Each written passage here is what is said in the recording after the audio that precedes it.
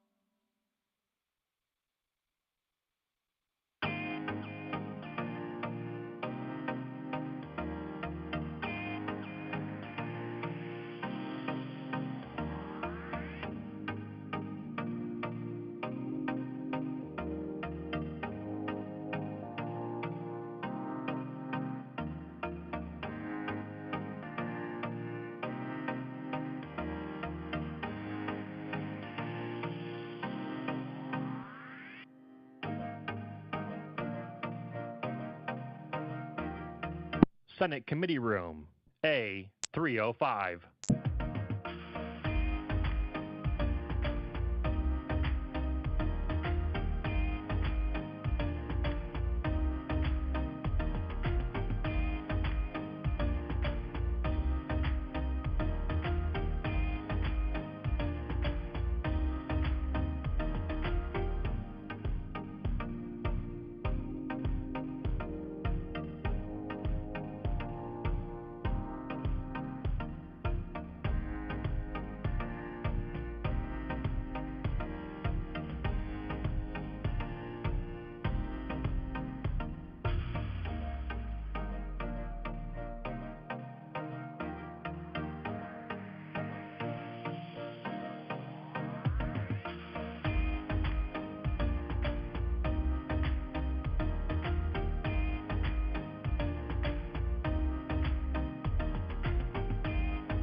This is the Senate of Virginia, Richmond, Virginia.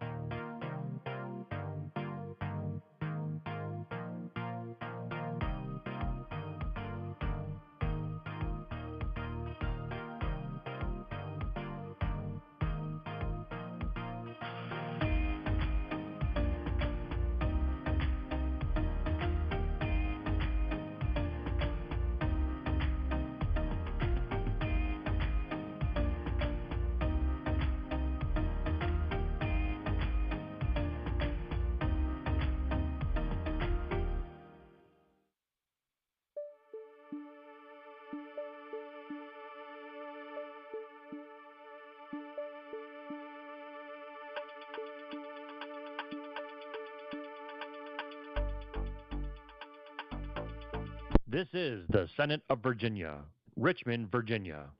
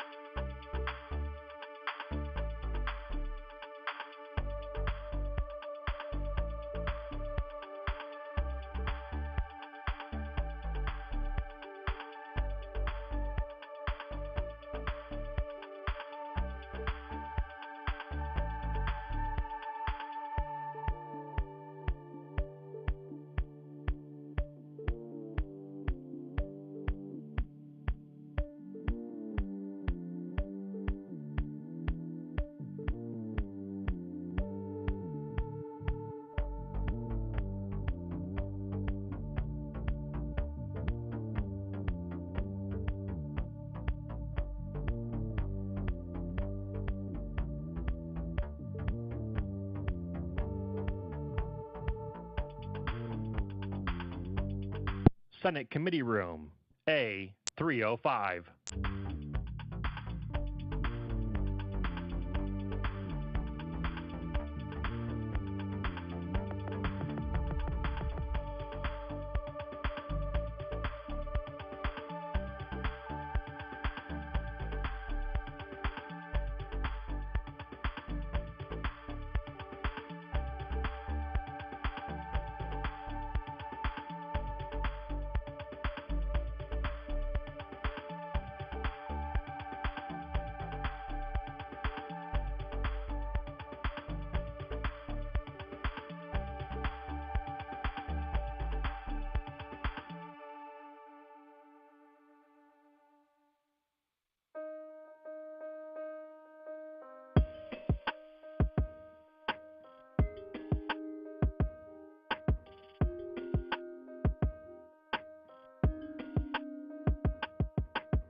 Did you know that you can watch the Senate live on YouTube? Visit the channel by browsing to youtube.com/@ Senate of Virginia. That's youtube.com/@ Senate of Virginia.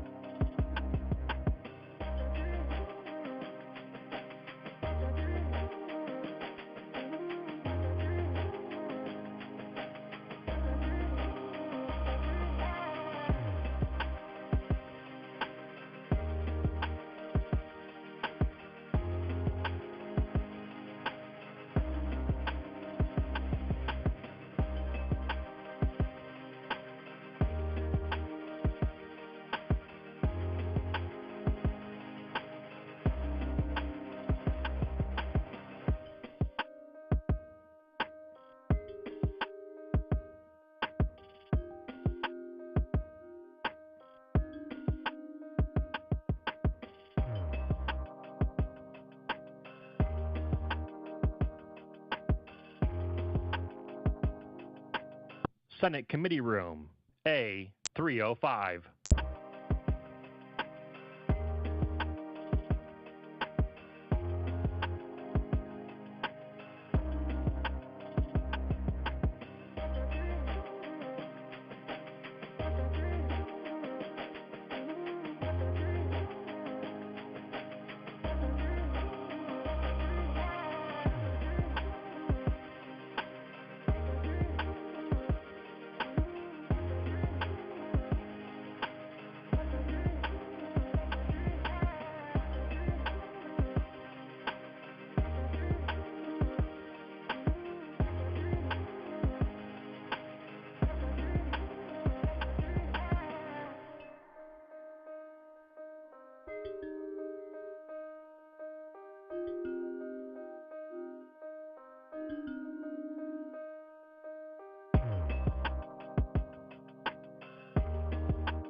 This is the Senate of Virginia, Richmond, Virginia.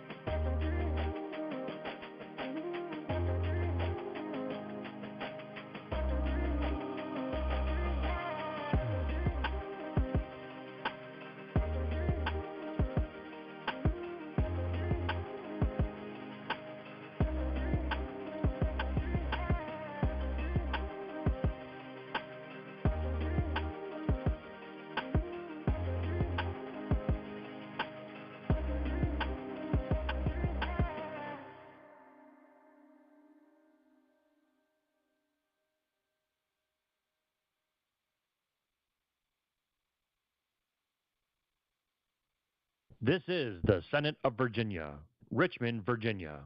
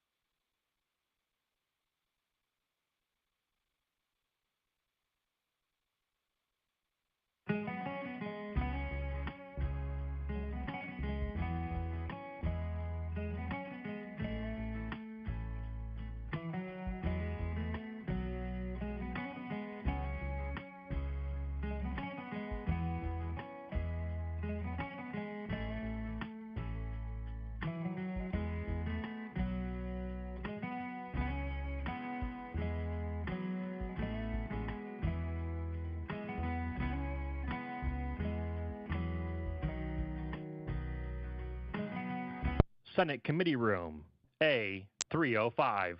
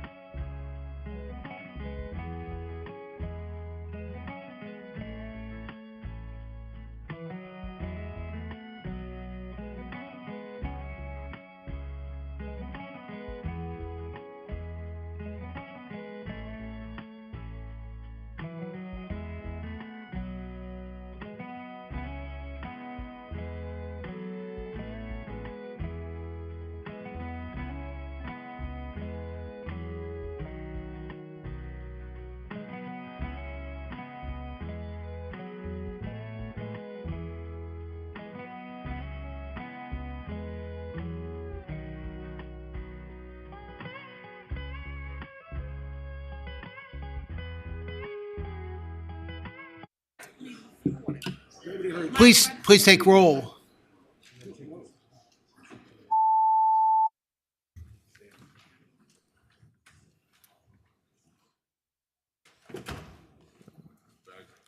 Mr. Chair, you have a quorum. Okay, thanks very much. We've got 41 bills. I was going to try to roll through this docket as quickly as I could, but on Friday, we got notice that we needed to get the bills from finance that have to go to finance. We had to get them out today. So I'll put them on the docket, so we have a total of 41 bills. What I'm going to try to do, we've got bills that are identical to Senate bills that came out of here unanimously, and they don't have to go to finance. They're Senate bill, our House Bill 1628 from Delegate Keys-Gamarra. It's identical to Senate Bill 1154 from Senator Obenshain. Senate Bill 1779 from Delegate Sullivan. That's identical to Senator Marston's 1338. House Bill 1828 from Senator Simons. That's identical to Senate Bill 1436 from Senator Perry. House Bill 2085 from Delegate Shin. That's identical to Senate Bill 925 from Delegate Head. House Bill 2097 from Delegate Alston. That's identical to 1324 from Senator McPike. 2099 from Maldonado. That's identical to 1215 from McCarskey. 2100 from Maldonado. That's identical to 1199 from Deeds. Oh, it had negative votes. Okay. Roll back well, we haven't gotten to that. Yeah, okay, the Deeds bill had negative votes. Okay. Unheard of. So roll back, we're not gonna do 2100 from Maldonado, not on this block anyway. Next, we are going to do 2392 from Delegate Sickles. It's identical to 1311 from Senator McPike. And I think that's it. In the identical 2537. 2537 had negative votes, had one negative vote. That must have been you, Pete. Mr. Chair, Senator McPike. I believe you also had House Bill 1934, which is identical to your Senate Bill 1192, which is, it's going to finance? All right, never mind. Okay, we got that again. 1628, 1799, 1779. 1779, I apologize, 1828, 2085, 2097, 2099, and 2392. And I'll take a motion to report those bills in a Mr. block. Chairman, second that motion to report them in a block. Got a motion to report in a block. They were all unanimous and identical to bills that came through the Senate. Okay, all in favor of that? We'll open the electronic roll, please.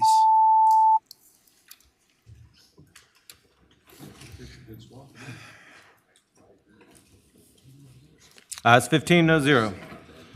Okay, next are identical bills that have to go to Senate Finance.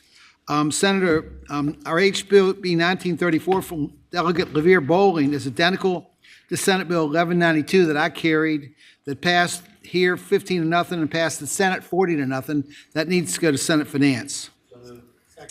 Okay, so all in favor of that bill, of that going to Senate report and referral to Senate Finance, please open the roll. Report and refer.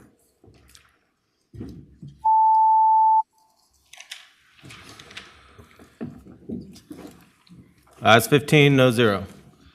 Okay, House Bill 2100 from Delegate Maldonado is identical to 1199 that I carried. It passed from here 8-7. It passed the Senate 34-6. That does not have to go to Senate Finance, but it does. It did have some negative votes in here. So I don't know if we want to talk about it or move to report 2100. If you want to look at that bill, it's the bill that had to do with open enrollment for Medicare. Is it identical to the bill that I carried, including the changes that we made? Okay, that's the one that allows for a lateral move for Medicare enrollment. yearly on the birthday rule. Open the roll, please. Then I had a motion in a second.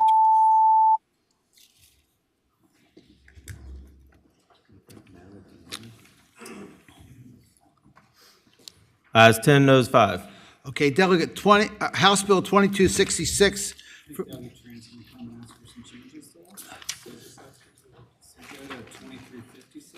2356 then from Delegate Munden King. That's identical to Senate Bill 853 from Senator Rouse that passed from here 9 to 6 and passed the floor 20 to 18, but it has to go to Senate Finance if it leaves here. 2356. Okay, had a motion to report and refer that bill. That's prevailing wage that has to do with apprenticeship. The motion is to report and refer that to Finance. All in favor, please open the roll.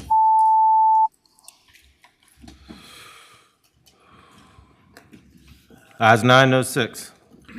Okay, ayes 9, noes 6. Delegate, or 2346 from Delegate Hernandez, which I think he's also going to ask for some changes. he's going to ask for some changes. Okay. So if you go to 2531, Delegate Glass is going to ask for changes too. I'm not sure. 2531 from Delegate Sewell, that was identical to Delegate Senator Boysko's 1122. It passed Senate Finance 10 to 5 and the Senate 21 to 18. 2531. Does anybody remember that bill? That's the family leave, yes. That's family leave, so I need a motion to report and refer to Finance. Okay, please open the roll.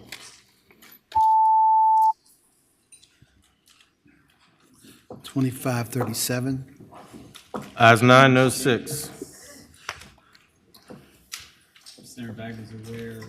Delegate Helm, what about 2619? Delegate Helmer, are you, 2619, are you okay with the way it is?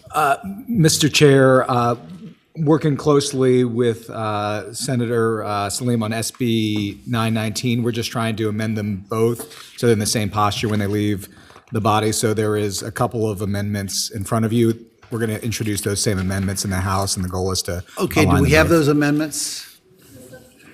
It's a substitute. Okay, I have a motion on the substitute.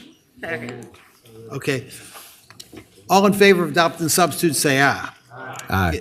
This has to do with employee for protections for public transportation services. It's identical to Senate Bill 919, or it was before we drafted we adopted the substitute. So if you want to just explain it, Delegate Helmer. Thank you, Mr. Chair. Mr. Chair, just to remind folks, SB 919 and House Bill 2619, it's cognate. What they do is when there is a private contractor for transportation services and there's a collective bargaining agreement required that they follow the collective bargaining agreement. The substitute in front of you tightens the language to ensure that if a county contracts out transportation services to a vendor that classifies drivers as independent contractors, drivers will be protected. It also respects a successorship clause in the case of workers being brought back in-house so that they're still covered. They also clarified the meaning of equivalent benefits and wages. Which Okay, is a little bit where are new. the changes? Can you point to me to changes on the substitute? So in the substitute, the changes are in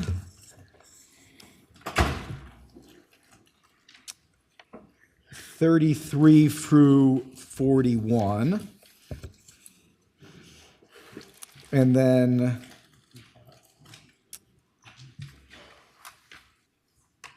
And then 63 through 67 just gives some clarification on the Okay. on the yeah. changes. So we've got the substitute, we've already heard this bill. It doesn't look to me like there are huge differences of what we had before. But are there other questions for the delegate? Are there people that need to be heard on this bill? Since we've already heard it, are there either for or against? Those online, raise your hand. Okay, this bill does not need to go to finance, so I just need a motion to report. Mr. Chairman, I move the bill be reported. Got a motion to report and a second. Unless there are other motions, please open the roll.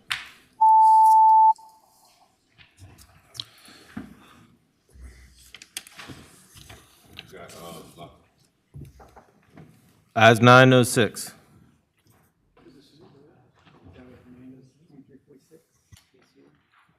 Okay, Delegate Hernandez, 2346, your bill was identical to, Thank you, Mr. Chair. thank you, the Senate Bill 1100 from Senator Hashmi, but I understand you have some changes. Yes, sir, Mr. Chair. So we have a couple of clarifying amendments that we'd like to make. I believe Senator Hashmi is going to be making these same exact amendments on the House side so that they will be identical when they come back. So really, they're just technical, they're consensus edits. All the stakeholders have reviewed them. Okay, it's a substitute. I have a motion on the substitute. Second. Got a motion and a second on the substitute. All in favor, say aye. Aye. Okay, any opposed? The substitutes before you, it's a Section 1 bill. I don't know that it was a Section 1 bill when it left here. Oh, So tell us exactly what it does. so this is the bill that sets up a pilot program over the next 3 years whereby customers in the Dominion service area can sign up voluntarily to put excess energy back onto the grid and get paid for it. After that 3-year trial period, then the SEC will take some of the lessons learned, review the data, and establish a permanent program here in the Commonwealth. Okay, are there questions for Senator, or for Delegate Hernandez? Okay, we've heard this bill before, but since there've been some changes, I'll certainly take a little bit of testimony. 2 minutes for each side. 2 minutes for people that are for this bill. Those online in support, please raise your hand.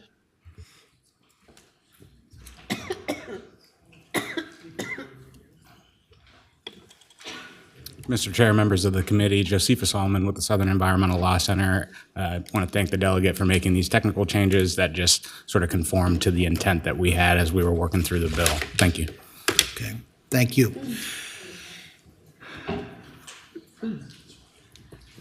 Mr. Chair, members of the committee, Chrissy Noonan with Seven Hills on behalf of Dominion Energy, and we support the bill.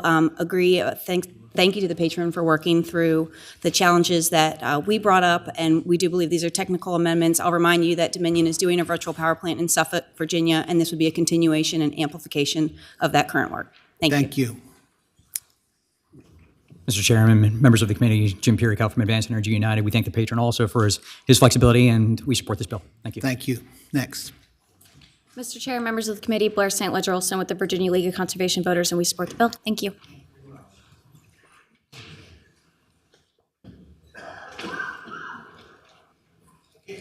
There are people that have another view. You've got a couple of minutes. Those online in opposition, please raise your hand. Okay, the motion is to report. It doesn't have to go to finance. Got a motion and a second to report the bill, and please open the roll unless there are other motions.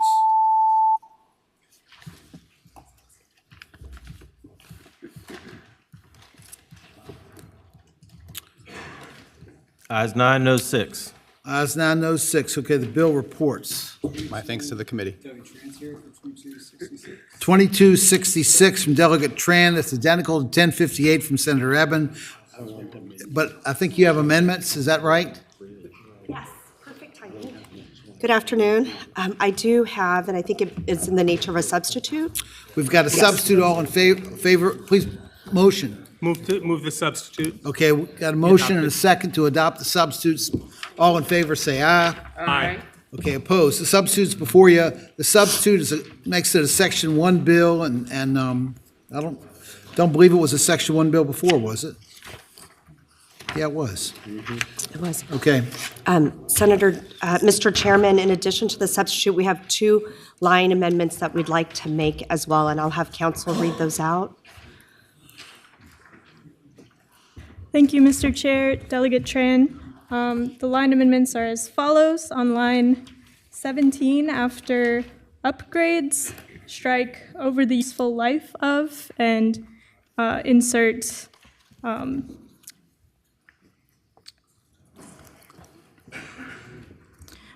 sorry, excuse me 1 second. Among. Among replaces all those words? Over the useful life of, yes, that is replaced by among. The next change is on line 20, after upgrade, insert, the commission shall determine the appropriate time period for cost recovery under the program. And then on line 24, after operational, insert, and may provide such refunds upon the petition of the owner of a participating project. Thank you. Okay, do I have a motion on the amendments? Do you understand them? So moved. Okay, a motion and second. All in favor of those amendments, say aye.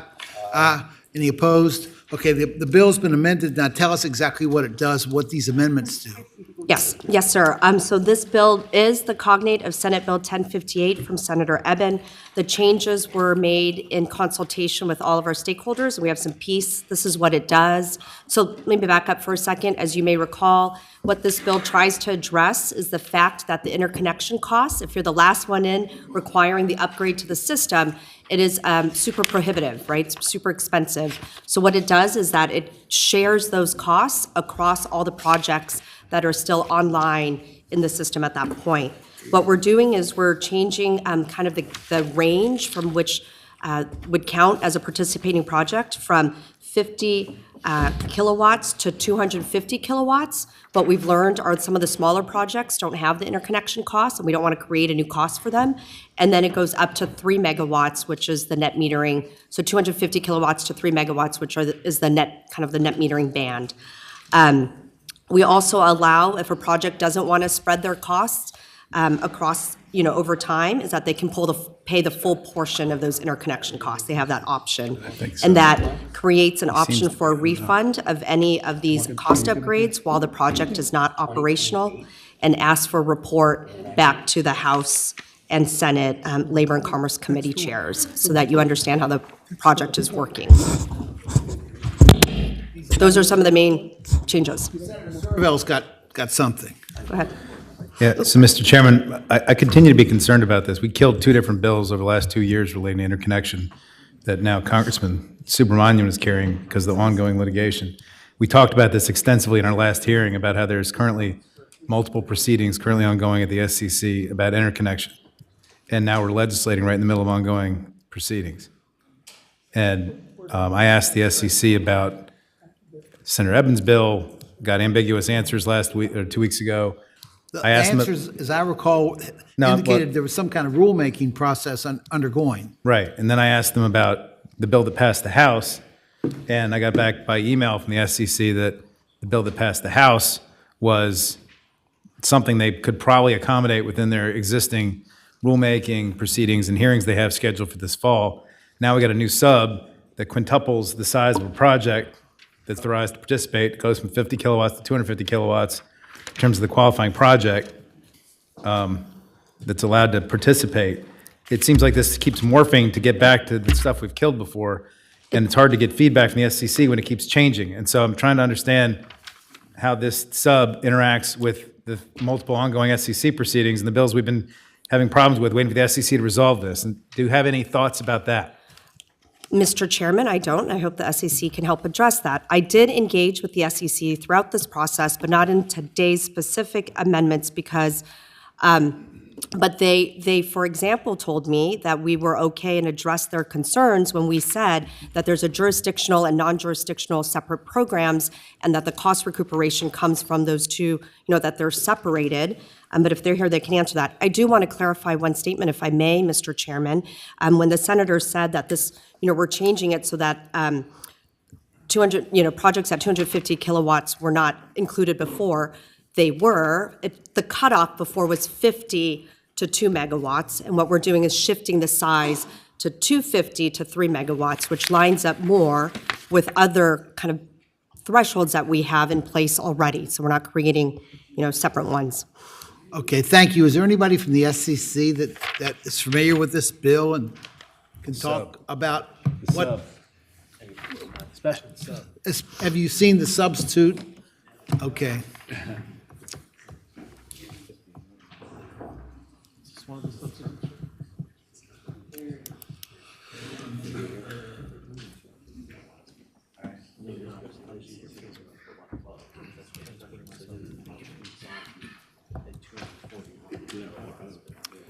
Look, Pike, I'm not ignoring you. I'm just trying to.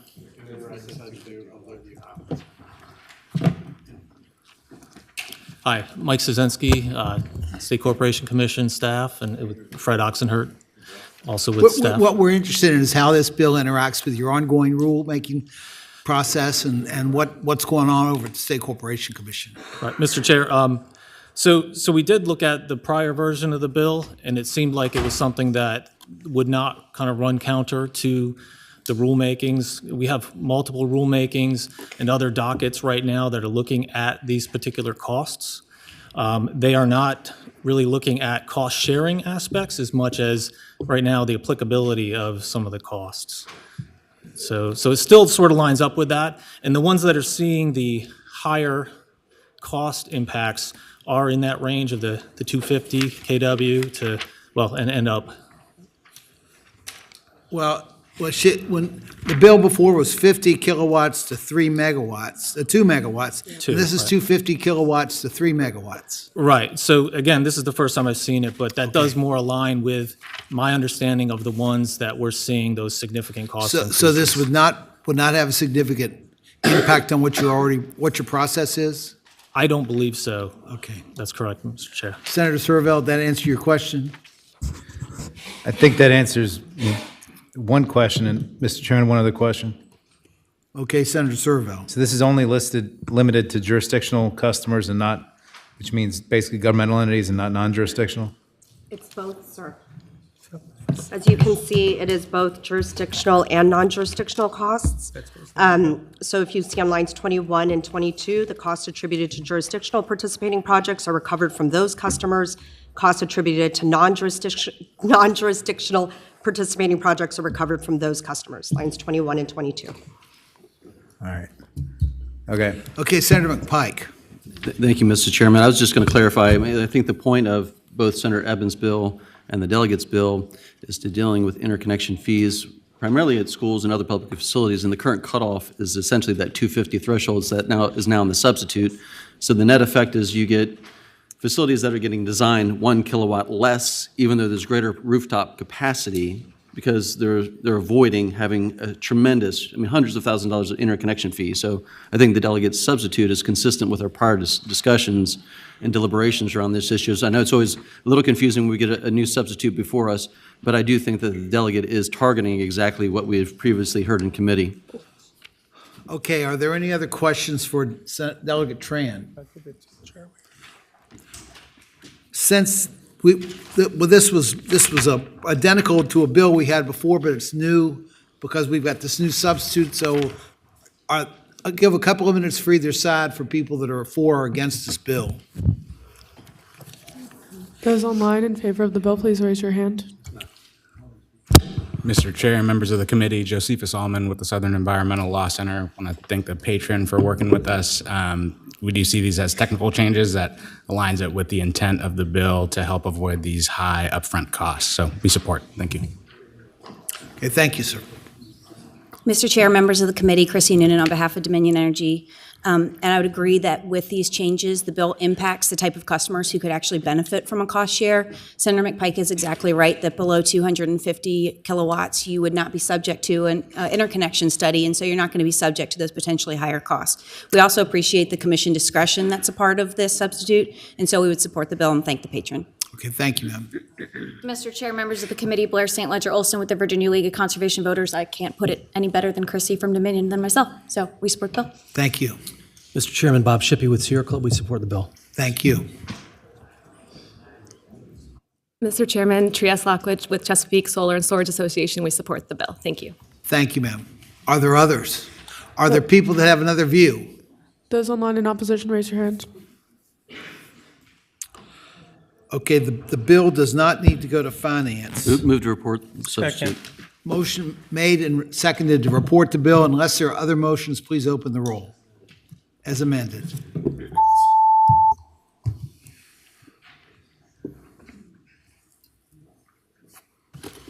Ayes 9, no 6. Ayes 9, no 6. Okay. Glass 2401.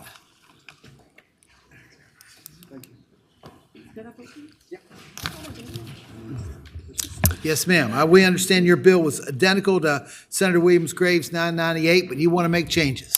I do, Mr. Chair. Do you have a So substitute? We do have an amendment in nature of substitute. Please give me a motion on the substitute. Got a motion and a second on the substitute. All in favor, say aye. Any opposed? Okay, the substitute's before you for 2401. So what the substitute did was we found kind of an error where we may have been excluding children from any activity with regards to labor. So on line 71, you'll see that we added a provision about the child being with, making sure that if there's a hazardous situation where they can still be in the content, but not subject to that hazardous hazardous condition, so that there's also oversight there, direct supervision. Let's say in the event that they're doing a tractor trailer content of how we plant seeds, that they are not in harm's way. We didn't want to completely exclude them for those type of activities, but we wanted to make provision saying that there needed to be acceptable supervision. Senator Eben, do you have questions or?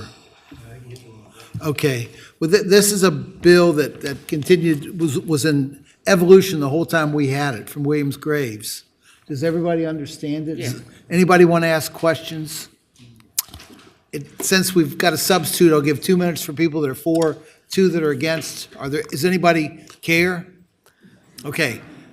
The bill's before the committee. Got a motion and a second to report. And it has to go to Senate Finance. So the motion's to report and refer to Senate Finance. It's been seconded. Unless there's another motion, please open the roll.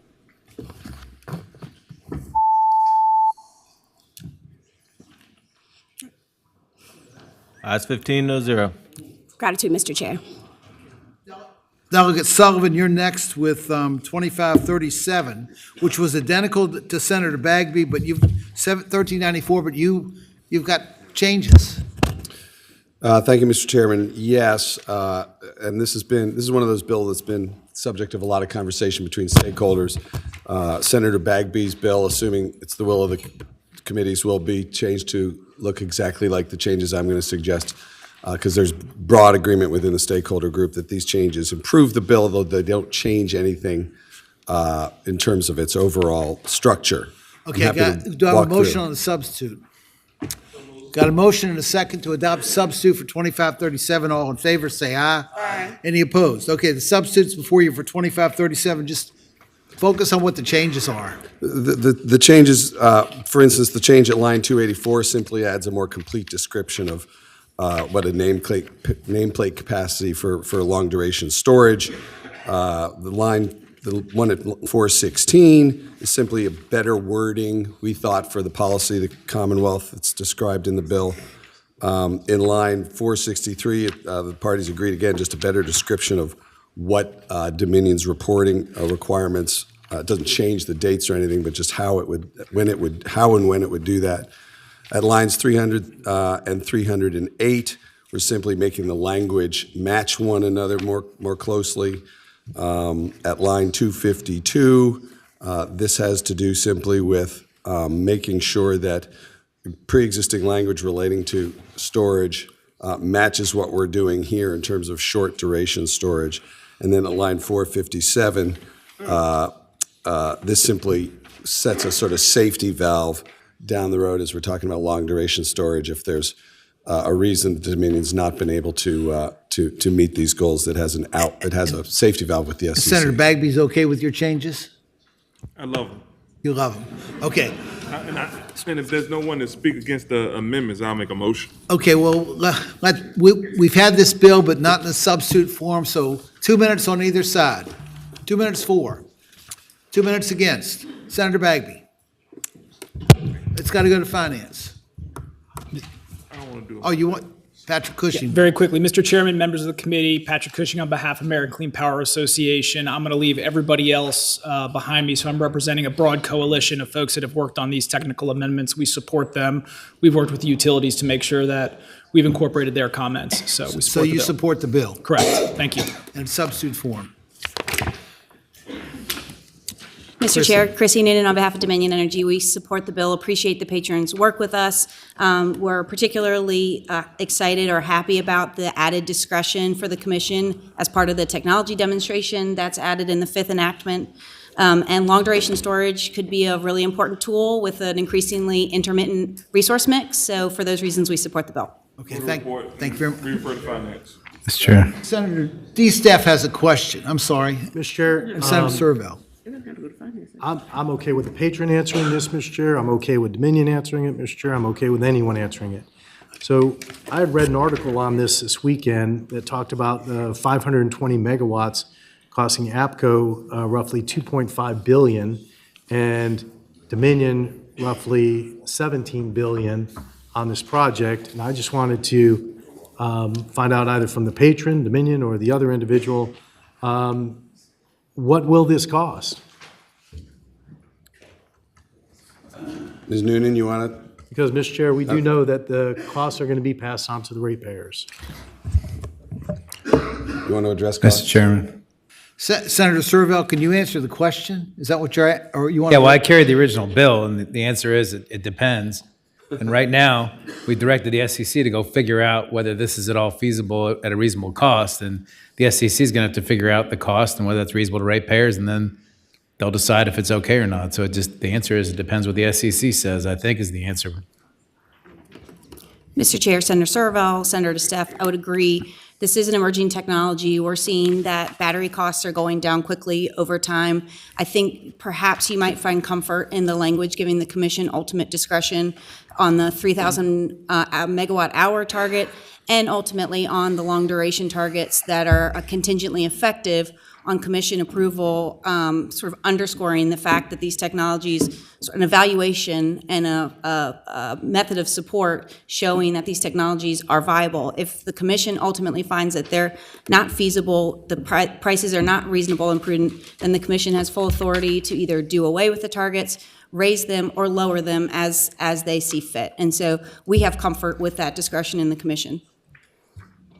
Mr. Chairman. Senator Servell, your light's still on. It is, Mr. Chairman. I just want to, speaking to the bill, we were trying to get away from telling the commission how to do its job and what numbers to set. And this bill, I guess, is an attempt to straddle doing that by putting numbers in the code, but making those numbers only contingently in the code if the SEC makes some determination at some point in the future that something's feasible. It seems to me like a very legislatively awkward way to accomplish that task, and I don't know how somebody's supposed to figure out whether something's in the code or not in the code, or whether the SEC has decided what the number is or what, based on the way this is drafted. And I don't like the way it's written, but I kind of agree with the goal.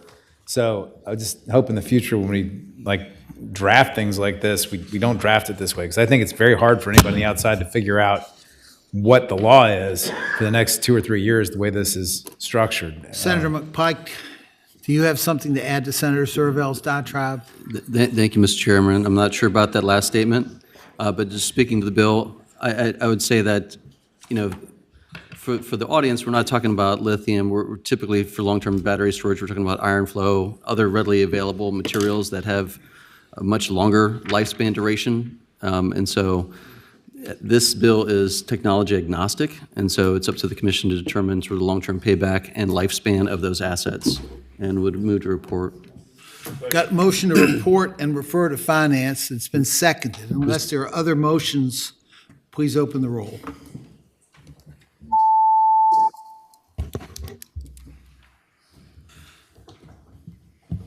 Ayes 9, no 6.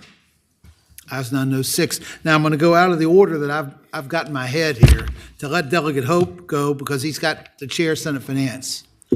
Courts. And I have one more when, but he's got to get there before I do. He's got to get there before I do. Pardon?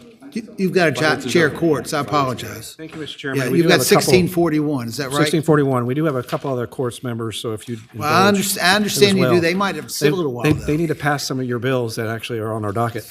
House Bill 1641 is the recommendation of the HERC This would amend our state plan to provide coverage in treatment for the treatment of PANS pandas. You've probably heard from a lot of different constituents from all over about the incidence of PANS pandas. It's not a huge incidence, but it's about 1 out of every 12,000 kids. Has this already been through the HERC? It's already been approved from the HERC. It's at their recommendation, Mr. Chairman. Okay. Okay, are there any questions for Delegate Hope? All right, well, let me find out if there are people that want to be heard on this. Are there those in the audience who would like to be heard, yea or nay? Those online in support, raise your hand. Oh, one person, okay. They've got 30 seconds apiece.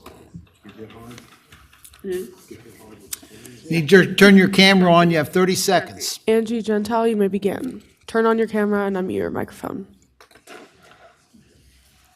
Everybody, thank you. I'm a Virginia resident and co-founder of the Virginia Alliance for PANS Pandas Action, representing hundreds of families from across the state.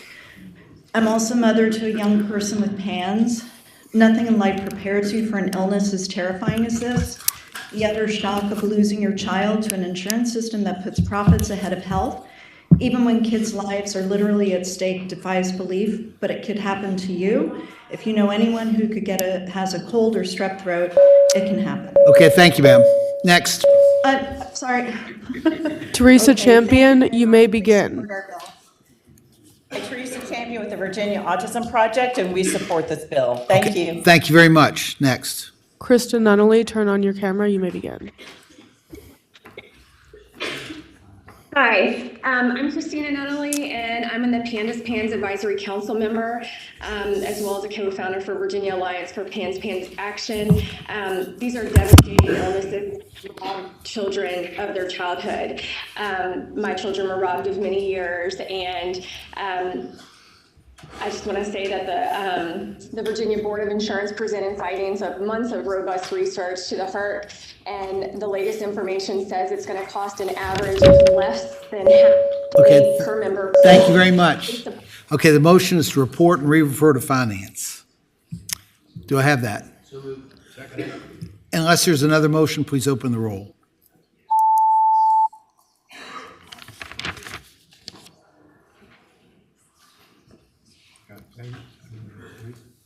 Ayes 13, no zero.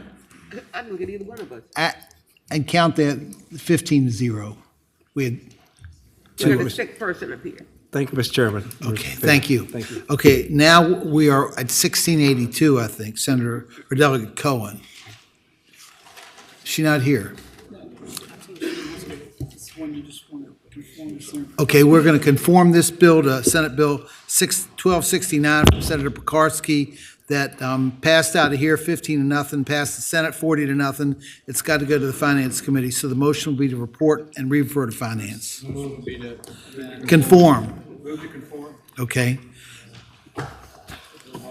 Well, all in favor of conforming to 1269, say aye. Aye. Any opposed? Okay, then it'd be a motion to report and refer to Finance. Second. Okay, then unless there's another motion, please open the roll.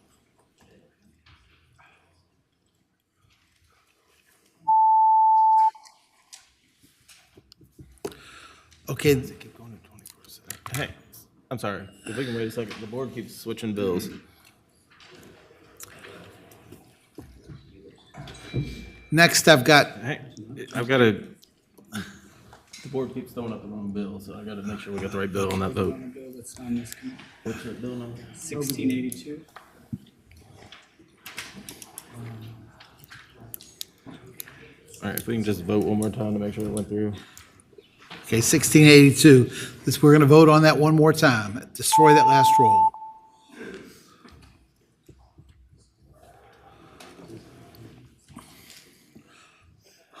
Ayes 15, no zero. Ayes 15, no zero, the bill. Now we've got Senator Martinez, Delegate Martinez, 1766. I think we're going to conform. Senate Bill 1056 from Senator Eben that passed Commerce and Labor 15-0 and passed the Senate 40-0. I'd like a motion to conform. Move to conform. Okay, all in favor of that, say aye.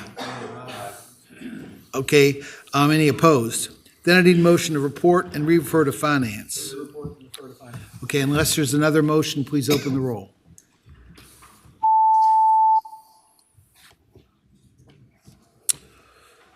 Ayes 15, no zero. Great job. Mr. Chairman, I appreciate the promotion. I do have one more bill. We're not getting to it yet. Okay. Just thought I'd ask. Next, I've got HB 1933 from Delegate Levere Bowling. We're going to conform that to Senate Bill 920 from Senator Salim that passes this committee 15-0, passed the Senate 40-0. Got a motion to conform. It's been seconded. All in favor say aye. Aye. Any opposed? Then I need a motion to report and refer to finance. Okay, please open the roll.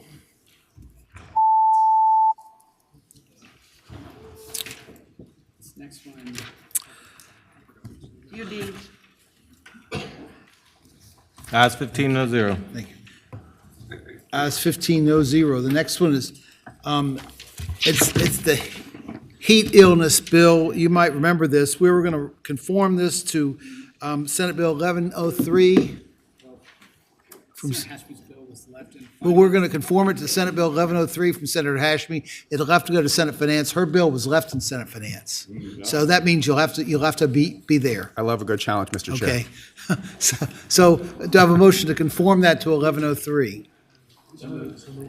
All in favor of that motion, say aye. Okay, a motion to report and refer to Senate Finance. Okay, motion, unless there's another motion, please open the roll. That passed 9-6, so it was a partisan vote getting out of here.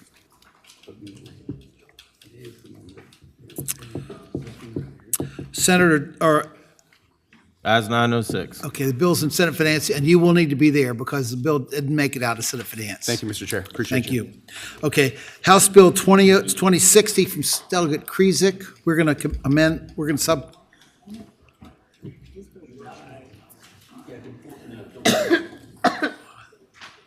Mr. Chairman, I would say I would not conform. It matches what's up in the Senate budget, so I'd move to report and refer to finance. Okay, this was a bill that was similar to one that Senator McPike had, 1301, that made it out of this committee 15-0, but didn't make it out of Senate Finance. Do I have a motion to report and refer to finance? So moved. And it's been seconded. Okay, unless there's another motion, please open the roll.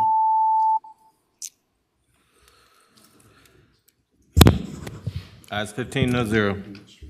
Okay, Senator Munden King's got a bill that's similar to, and her bill is 233071. Technical difference, the House got this one right. Okay, the House got it right. Say it ain't so. Say it ain't so. The bill that's similar to is 780 from Senator Carol Foy. And what's the bill do exactly?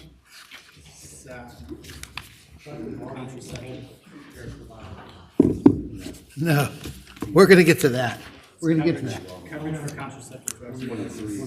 It's coverage for contraceptive drugs. Okay, the motion is to report and refer to finance. So moved. Unless there's another motion, please open the roll.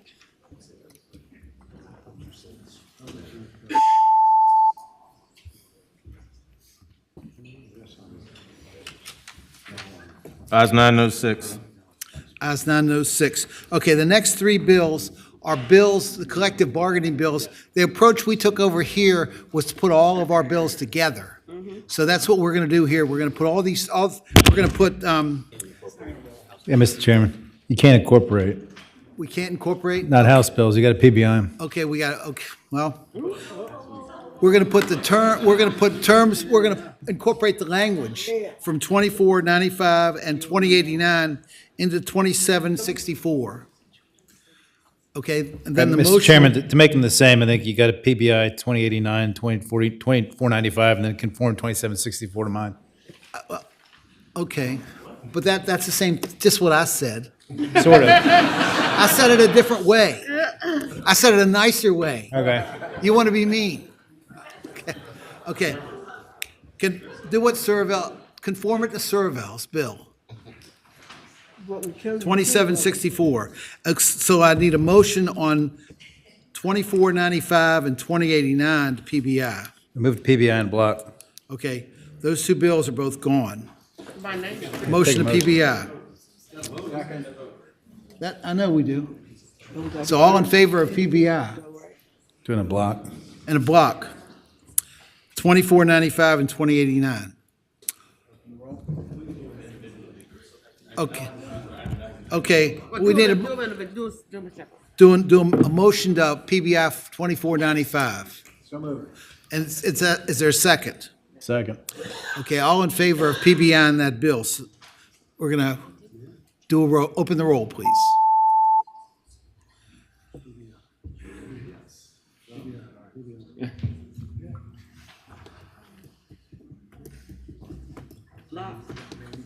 I'm hitting it. Ayes 11, noes 4. Okay, and 2089, I need a motion to PBI that bill. My name was on it. All in favor, or so moved, there's a second. Okay, open the roll on PBI 2089. Oh, that's right. Oh, sorry about that. Senator Marsden? Ayes 8, noes 7. Okay, ayes 8, no 7. Now I need a motion to report, I need a motion to substitute 2764, substitute the language from Senator Serval's bill into 2764. Okay, is there a second on that? Okay, all in favor say aye. Then I need a motion to report and refer the substitute bill to Senate Finance. Is there a second? Unless there's another motion, please open the roll.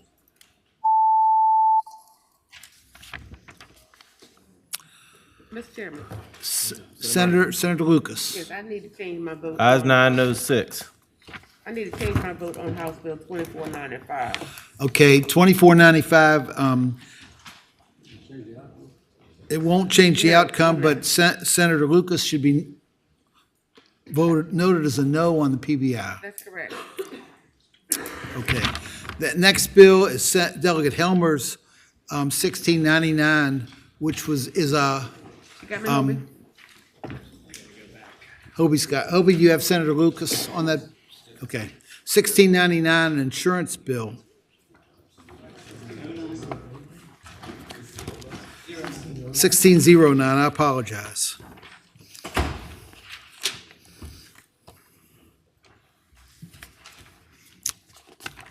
And it'll also have to go to finance if we choose to report it.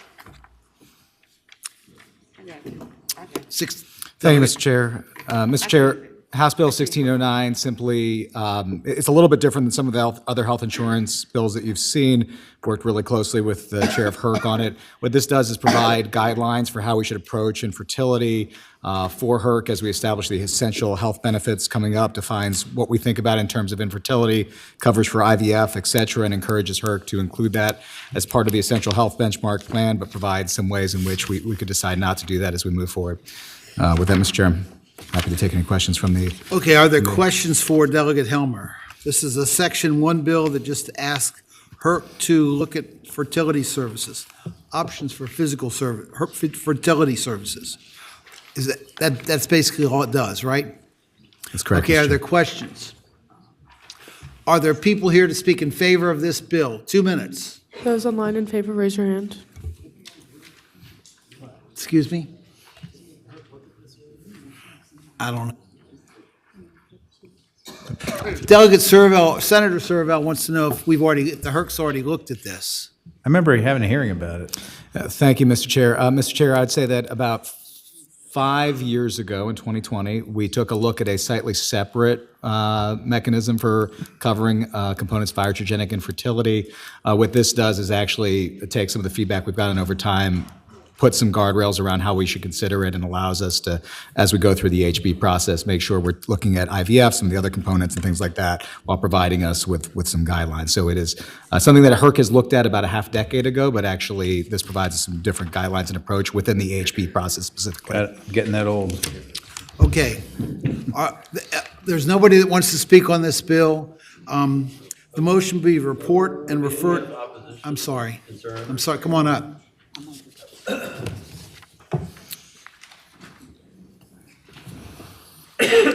Mr. Chairman, members of the committee, Jeff Caruso with the Virginia Catholic Conference speaking in opposition to the bill. We certainly want to help people that are experiencing infertility. Three quick objections to the bill. First is that some organizations could not cover these procedures due to our religious or moral convictions, things like IVF, embryo banking, sperm banking, egg banking, or some things that some religious organizations could not cover. Secondly, this policy would expand the practice of surrogacy. And then third, the toll that IVF takes on human life. It does end life instead of just creating them. And I just want to end with a very brief statement from Diocese of Arlington Bishop Burbidge. He made a statement on IVF, and I think this quote is relevant. A great moral injustice of IVF is that many of the embryonic children brought about by the process will either be discarded or frozen.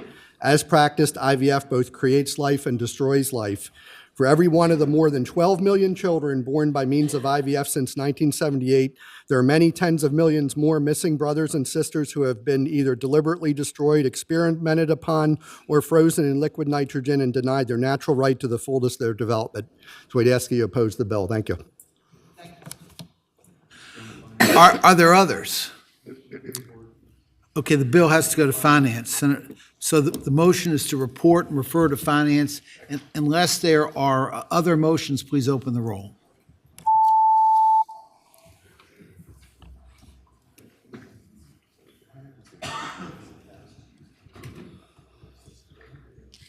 Ayes 10, noes 5. Okay, thank you, sir. Delegate Delaney, you're next.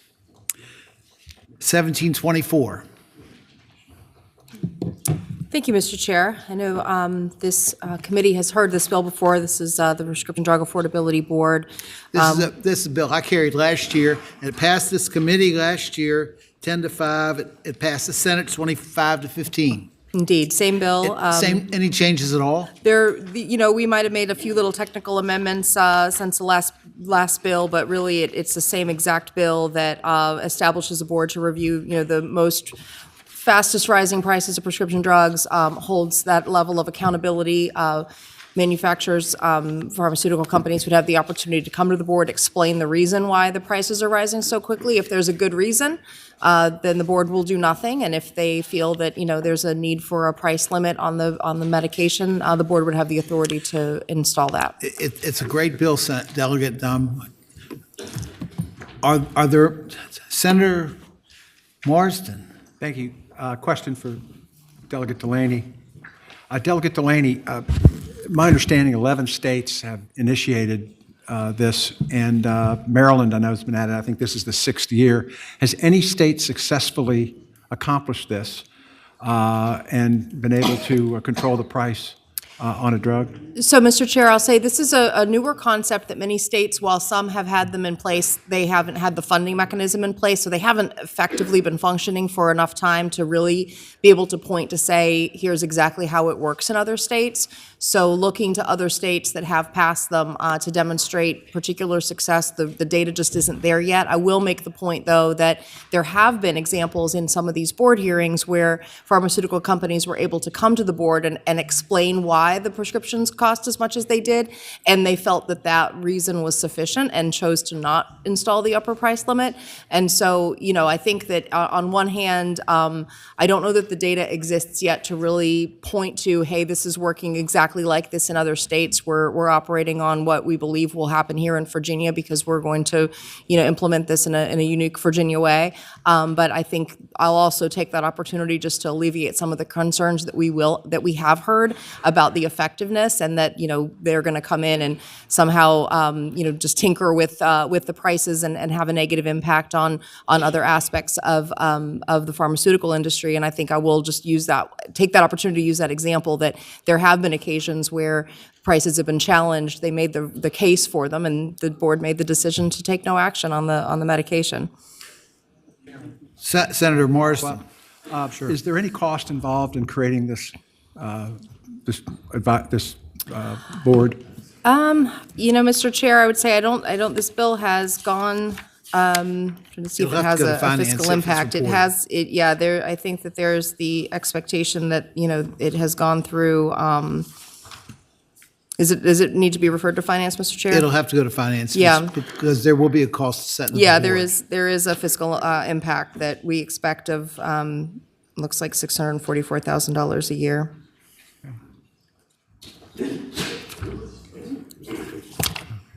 Senator Marston, is that? Thank you, Mr. Chairman. Are there other questions? Okay, we've not heard this bill this year. We have last year. 3 minutes for aside, or 3 minutes for people that are for this bill. Those online in support, raise your hand. Come on up. Afternoon, Mr. Chairman. Jared Calfee with AARP Virginia. We strongly support the bill. Appreciate you carrying it in previous years. This continues to be an issue that we hear about constantly from our members. Prescription drugs are impacting everybody. AARP conducted a survey a couple years ago and found that 2/3 of all Virginia voters over the age of 18 take prescription drugs. So this is not just affecting older Virginians, it's affecting everybody. And the state of Virginia needs to do something about it. And we appreciate the delegate for bringing it forward. Hope the committee will support the bill. Thank you. Good afternoon, Chairman. I'm Dr. Greg Gelbert from Charlottesville. I found a family practice in Charlottesville about 40 years ago, and I have found that a lot of people cannot pay for their medications, even if their drugs are covered by insurance. It's because of the copay. And it's not a hyperbole, sir, to say that some people skip car payments or sold their cars to cover costs of medicines, or they cut out other essentials. I may take hours treating somebody and working with them in the hospital or at my office to try to fine-tune medications for them, only to find out that their asthma medicines, their medicines which are for AFib and other heart diseases are not covered by their insurance very well, and so they have to skip those important medicines and possibly face going back into the hospital. EpiPens are one of those. So finally, I'd say, somehow we have figured out how to decrease the cost of insulin. There must be some way we can do it with others. No patient should have to ration their care. No patient should have been denied their medicines because of a cost barrier. By creating an independent panel of healthcare experts who will weigh data and involve stakeholders, we can begin to bring down the high costs and finally bring some balance and fairness to the healthcare system. Thank you very much. Good afternoon, Rena Hicks with Freedom Virginia. We strongly support the bill. Virginians are having daily to choose between taking their medicine and paying for groceries, rent, mortgages, so please support it. Thank you. Thank you, ma'am. Next. Mr. Chairman, members of the committee, Jeff Caruso with the Virginia Catholic Conference in support of the bill, and especially mindful of those we serve who are elderly and on fixed incomes. Thank you. Thank you, sir. You got one person online, okay? Tell them to turn their camera on. You got 30 seconds. James Hart, turn your camera on and unmute your microphone. You may begin.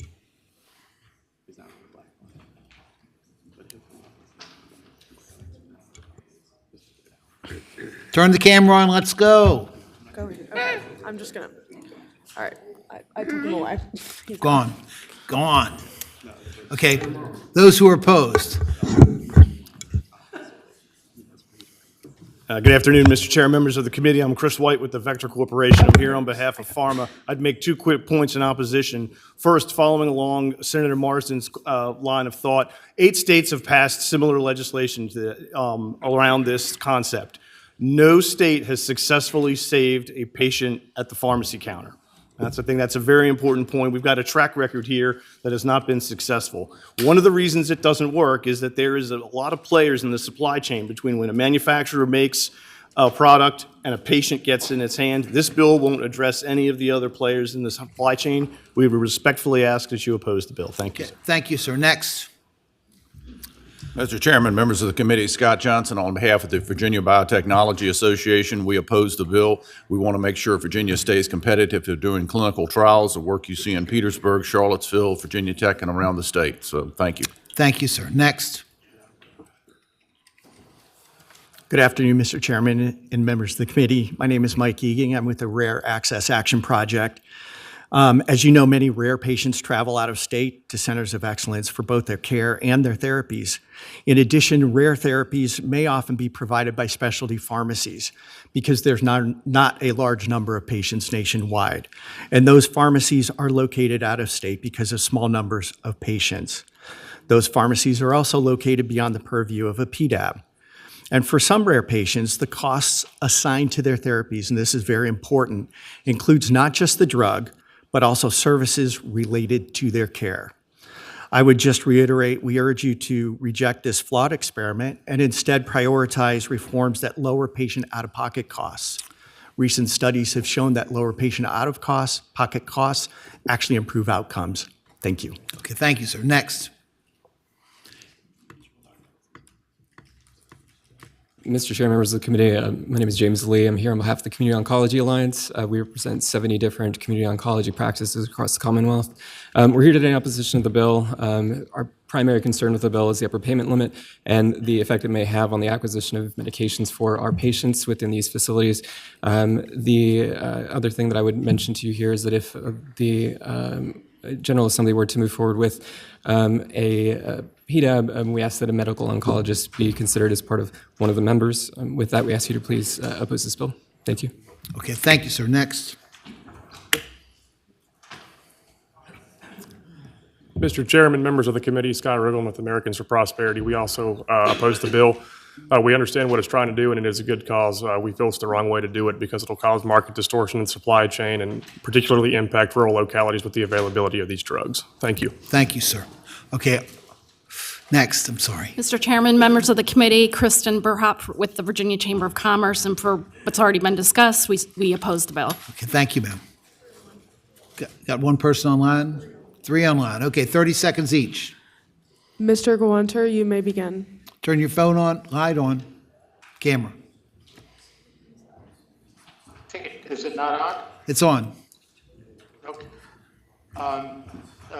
Mr. Chairman, members of the committee, I'd like to correct a couple things that were raised. One is that the fiscal impact is estimated to be around $1 million a year, and so far Oregon and Maryland have spent over $4 million without any savings for any patient.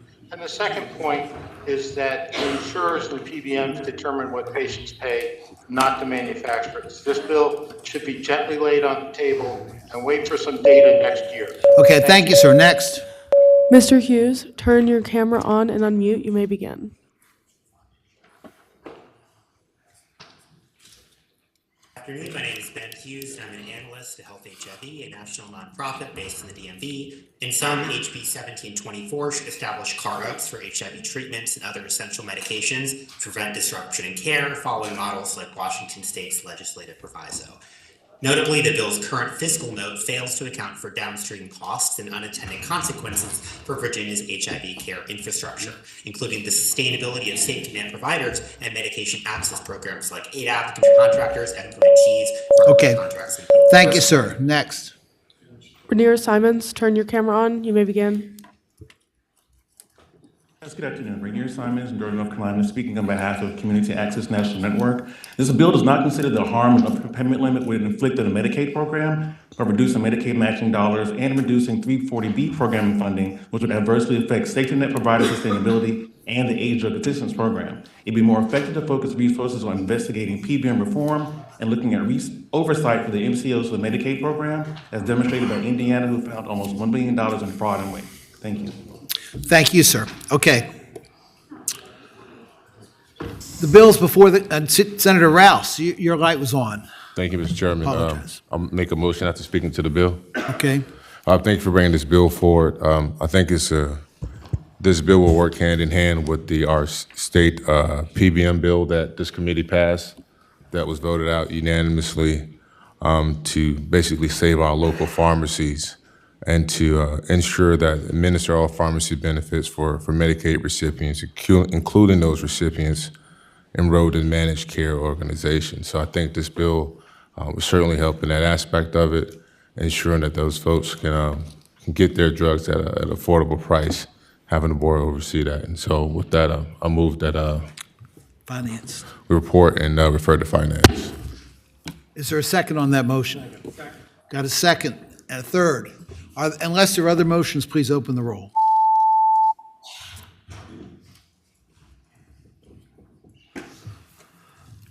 Ayes 10, noes 5. Thank you, Mr. Chair. Thank you. Thank you. Chairman Ward, are you back there? Yes, I am. Well, you got 3 bills and I didn't see you back there. I apologize. It's okay. 1923 is the first one. It won't have to go to Senate Finance. Yes, 1923. Yes, ma'am. Thank you, Mr. Chair, members of the committee. This bill we call midwife and maternal access. It's also called the Mama Bill. It's a part of the omnibus package of bills. And this critical legislation ensures all licensed midwives in Virginia, whether they're licensed or licensed certified midwives, which are called LCMs, or licensed midwives, which are LMs, and licensed nurse midwives, which are CNMS. They receive 100% reimbursement of covered health services, ensuring some type of parity in the procedural code reimbursement. Currently, only the CNMS are eligible for fully reimbursed, while the LCMs and the LMs receive partial or no reimbursement. This parity limits access to care, especially in those underserved and rural areas, and it discourages midwives from practicing in communities that need them the most. I'm sorry. I need to also ask that we pass a substitute. Thank you so much. This amendment that we offer was agreed upon by the Medical Society, and the midwives make even clearer that this bill is about reimbursement parity for midwives. By addressing the reimbursement inequities, House Bill 1923 will expand access to maternal care, particularly for vulnerable populations and women of color. It promotes cost sharing through lower intervention rates, and it optimizes resource allocations in birth settings. It enables equity. That's the purpose of the bill, to acknowledge their low cost, safe care, and incentivizes their use. Equal reimbursement allows all midwives, all work in underserved areas, addressing physician shortages and reducing maternal health care disparities in rural and low-income communities. Midwifery care reduces costly interventions such as C-sections and lowers complications, saving money over time while improving maternal and infant outcome. The current reimbursement disparities undervalue midwives. It discourages them from the practice, and this bill ensures fairness and supports midwifery sustainability. This bill is a recommendation of the Rural Health Select Committee and part of the Omnibus package. Virginia has the opportunity to lead in equitable maternity care and address critical gaps in maternal health. I ask that you please support House Bill 1923 to ensure that all families can access high-quality midwifery care regardless of location. Mr. Chair, members of the committee, this bill passed the House 99-0. And although it's been at least a week, I have not heard any complaints about this bill. My notes indicate this is similar to a bill that I carried 1290 that was PBI'd by this committee 15-0. Not, it's not the companion, but similar. Same concept? Okay. Senator Morrison's got questions. Thank you, Mr. Chairman.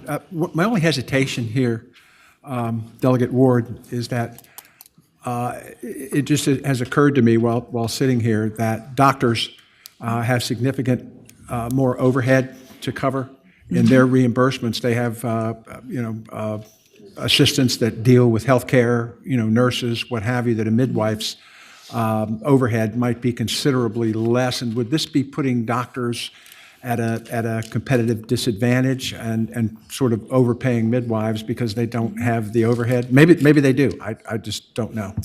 I have some people here with me to discuss it, but you got to remember also, midwifery care can cost less than what a doctor would charge.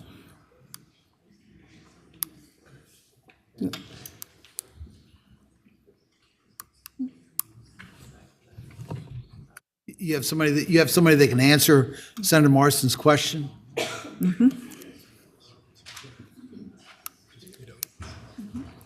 Mr. Chairman, members of the committee, Clark Barron with the Medical Society of Virginia. If you read your substitute, it actually takes physicians out of the bill.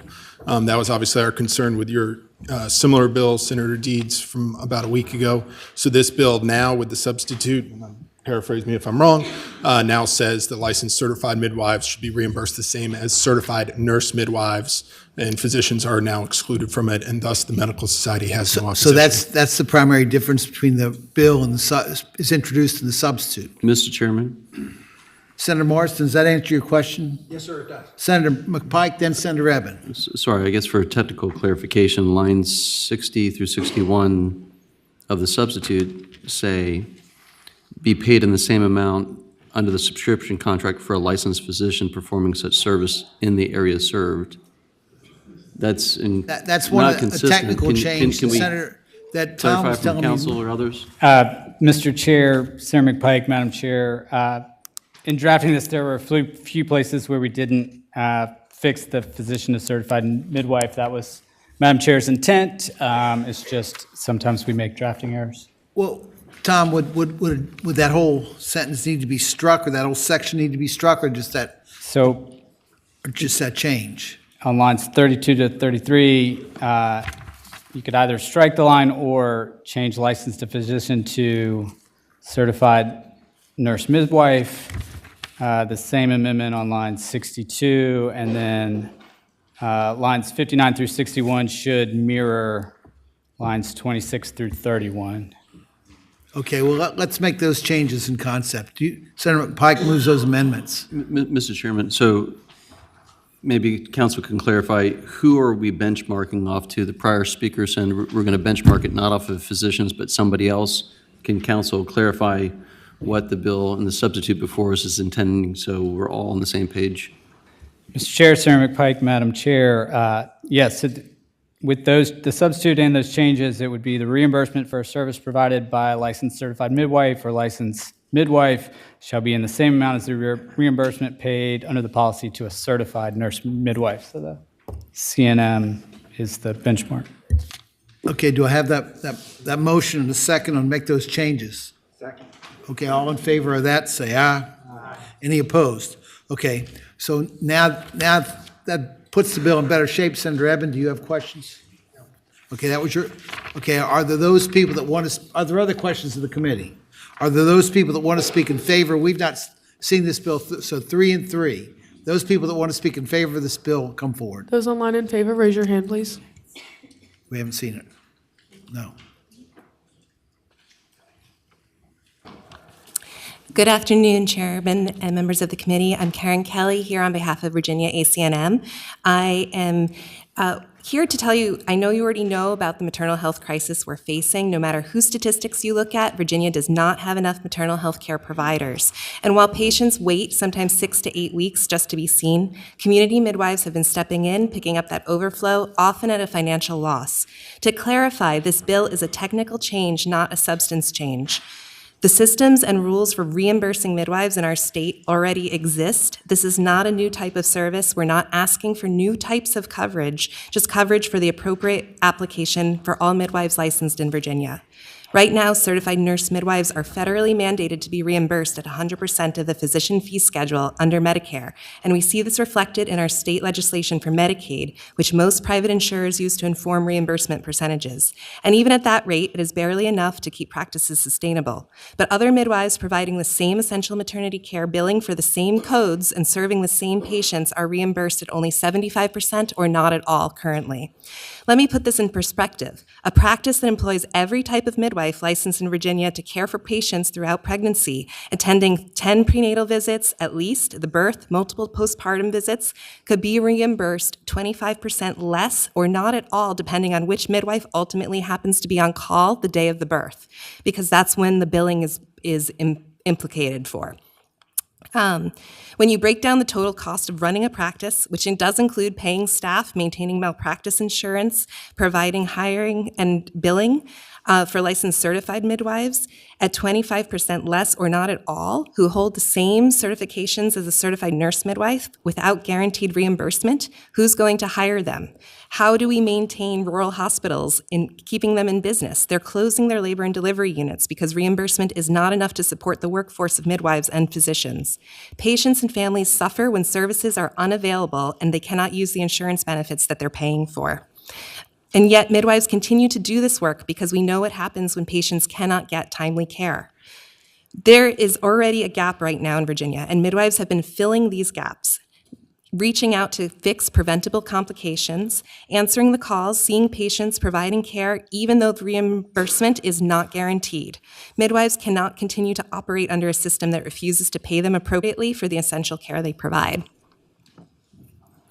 Okay, thank you. Next, you got about 20 seconds. Mr. Chair, members of the committee, Savannah Facero on behalf of the Virginia Midwives Alliance. I'm also in support of this bill. Just want to reemphasize what Delegate Ward said, that midwives lower the infrastructure cost of maternity care, which is critical to the maternal health care crisis currently. And I personally know multiple colleagues who can't serve because of this underpayment. Okay, thank you.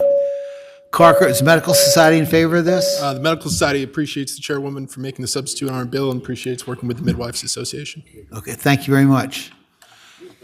You're not in favor of this bill, are you? Mr. Chairman, Doug Gray, on behalf of the Virginia Association of Health Plans. I am not here to necessarily oppose the bill, but I am here to point out that there are some challenges to work through. These are two categories of mandated providers. Normally, we would go to the HERC with these. I understand there's some urgency, but I want to make sure we're all on the same page because I don't think we are. For example, licensed midwives are not included in any commercial insurance networks at the moment. I don't think that they're included in the state health plan. I'm not entirely sure if they're fully included in Medicaid. So if we want to get these two categories treated the same across all of the groups, then we need to make sure that we have this right. I'm not suggesting that there necessarily is a fiscal impact to the state because the change from doctor to nurse practitioner or nurse midwife probably ameliorates much of that concern. But just the same, doing this June 30 is a pretty good stretch. I mean, this is just a few months from now, and getting it right across all those platforms in that period of time is going to be a challenge. Would you feel better if we moved that June 30 date back, or? I think that would be a necessary step.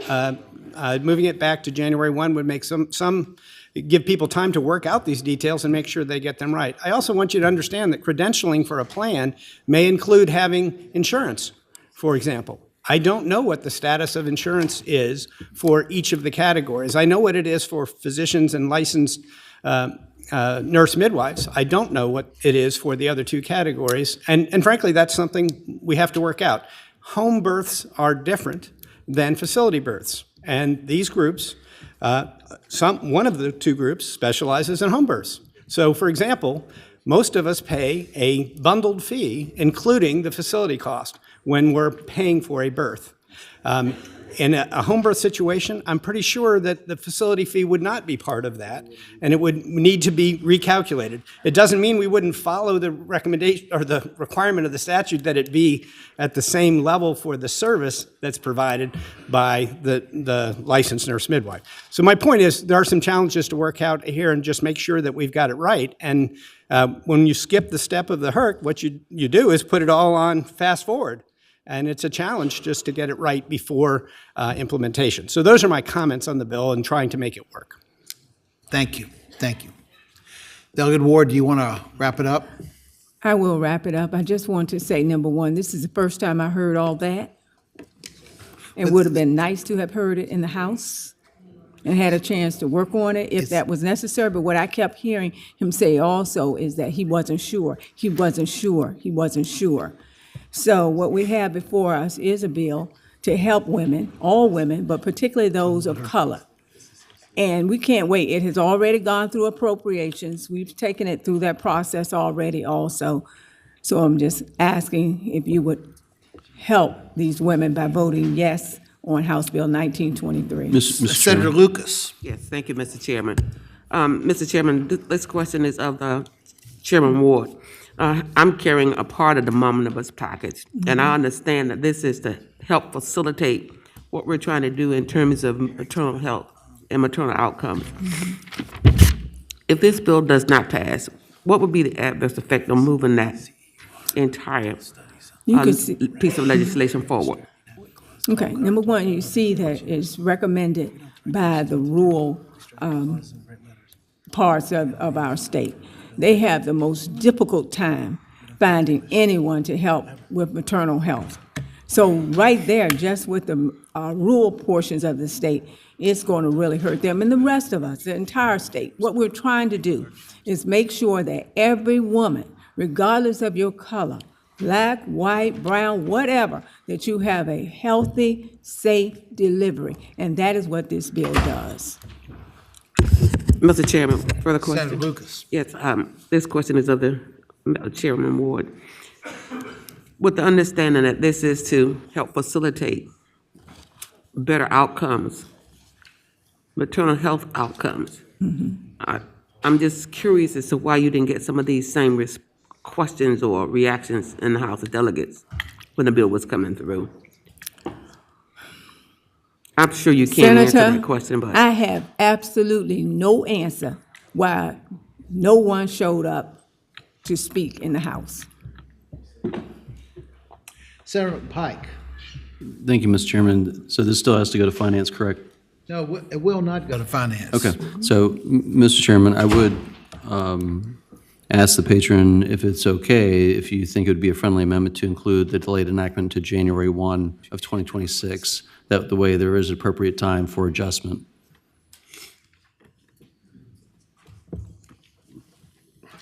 I would offer that amendment, Mr. Chairman. Okay, motion to make it effective January 1 of 2026.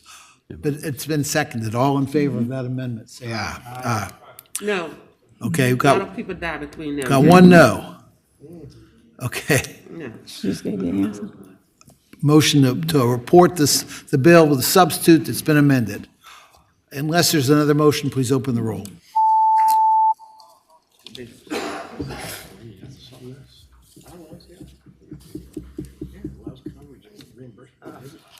Ayes 15, no zero. Okay, Delegate Ward, you've got two other bills, 1921 and 1928. Well, let me thank you first for that bill. Okay. Now, you said 1921 and 1928. Okay, 1921. This one is dealing with sick leave for workers because it's estimated 1.2 million workers in Virginia do not have access to a single paid day when they are sick. And House Bill 1921 is a bill that would ensure every worker in Virginia can earn sick time to take care of themselves, a family member, or a child when they are sick. It's a modest standard that allows workers to earn, you gotta earn up to 40 hours of paid time in 1 year. This is earned sick time when workers earn 1 hour for every 30 hours worked. This bill is in line with best practices from other states that have implemented a paid sick leave policy. 16 states and Washington, D.C. and counting. Paid sick leave is critical to working families, and it holds off the charts with 88% of Virginians supporting a policy that allows workers up to 5 paid sick days per year. Paid sick leave benefits businesses by helping to retain workers, helping the workforce healthy. Mr. Chairman, is this bill Senator similar or identical to Boy Scouts bill? What, did we have a bill like not? this? Okay. Second? Okay. Sure. Thank you. That was about it. But working families are the backbone of Virginia, and they are in need of paid sick days. You get an hour for every 30 hours worked. That's correct. Okay. 1 hour for every 30 hours worked. Okay. So no matter what, it's only 5 days a year. 5 days a year. Almost every one of us have been sick at least 5 days in a year. 5 days right here. Mr. Chairman? Senator Morrison. Yeah, I'm just unfamiliar with some of the worker issues here. Would that cover travel time between one client and another? Would that count towards the 30 hours? I can't answer that for you. travel time? I'm trying to understand the question. Well, suppose I'm a home health care worker and I have 5 clients that day, and I spend an hour and a half of my day traveling between those 5 clients. Would I be compensated? Would that count as part of the 30 hours of work? Because normally, when I've had a job with government, my travel time was covered. And I just want to make sure that they would be covered here and not just the time they spend with patients. Senator, I would say yes. It's a part of your workday, then I would say yes. Okay, Senator Serval. And I'll defer. Okay, are there other questions? Okay, we've not heard this bill, so 3 minutes for people for this bill, 3 minutes for people against this bill. If you're for this bill, come on up. Those online in support, raise your hand. Okay, you got 3 minutes total. Thank you, Mr. Chair, members of the committee. I'm Ramon Cepeda Ramos with the Virginia Interfaith Center for Public Policy. We're here because everybody gets sick. And this is something that our legislators already passed a bill in 2021 that already offers paid sick days for home healthcare workers. So thank you for that. This would expand it to all part-time home healthcare workers and all Virginians in the private sector that don't have any paid sick days. This is an issue that affects particularly low-wage workers who must have to choose between going to work sick, sending their kids to school sick, or missing a paycheck. So please, we encourage you to support this bill. There's 18 now, as of now, 18 other states plus DC that have passed paid sick days. Thank you so much. I hope you support it. Thank you. Next. Thank you, Chair. Sophie McGinley with the Commonwealth Institute. I can't say it any better than Ramon, so I echo his words and urge you to support the bill. Thank you. Thank you very much. Next. Mr. Chair, members of the committee, Emily Moore with Voices for Virginia's Children. We align our comments with the Virginia Interfaith Center and ask you to support the bill. Thank you. Okay, tell her, okay, please.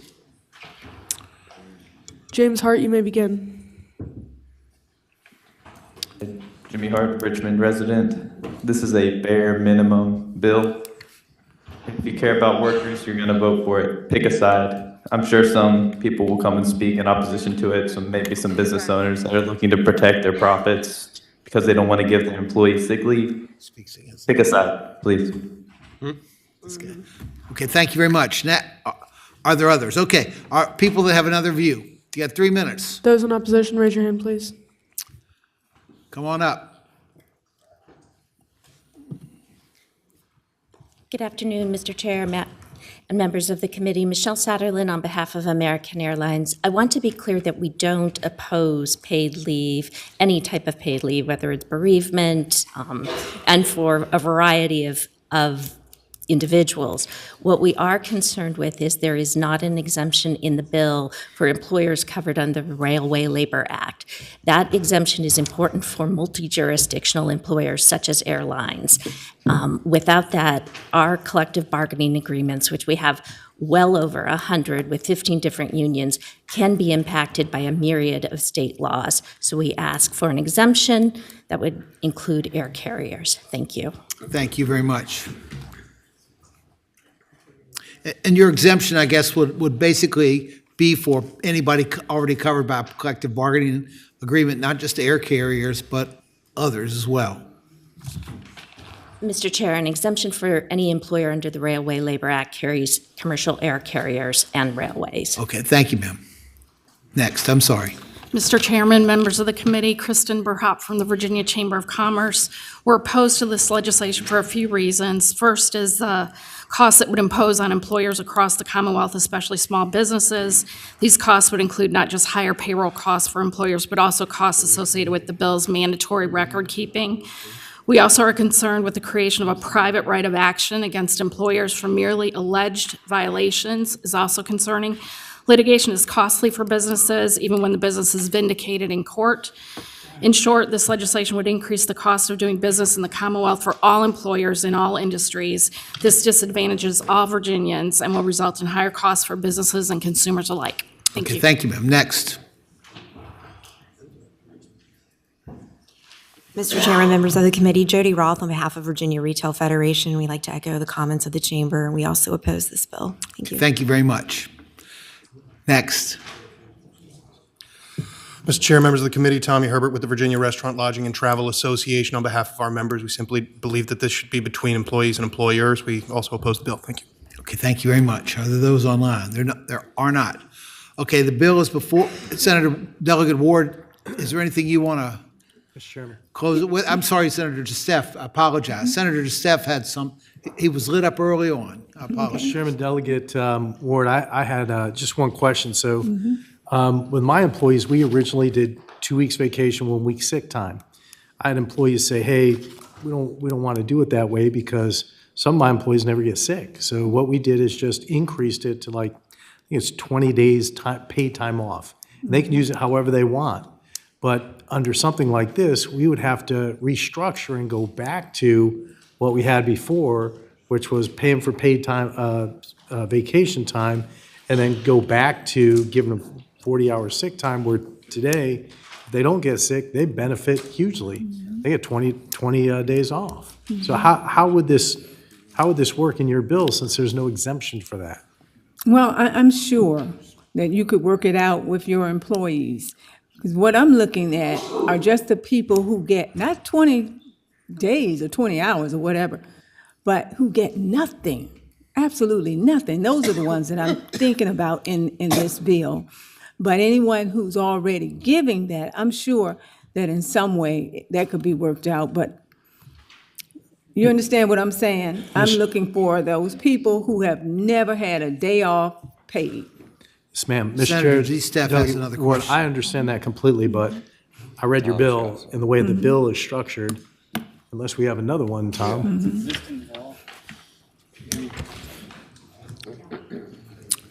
And Mr. Chair, as far as businesses are concerned, sometimes it costs you more when you have sick people in your business working, because it's going to pass on to someone else, and you're going to have more people out sick if you just let that first person off with pay.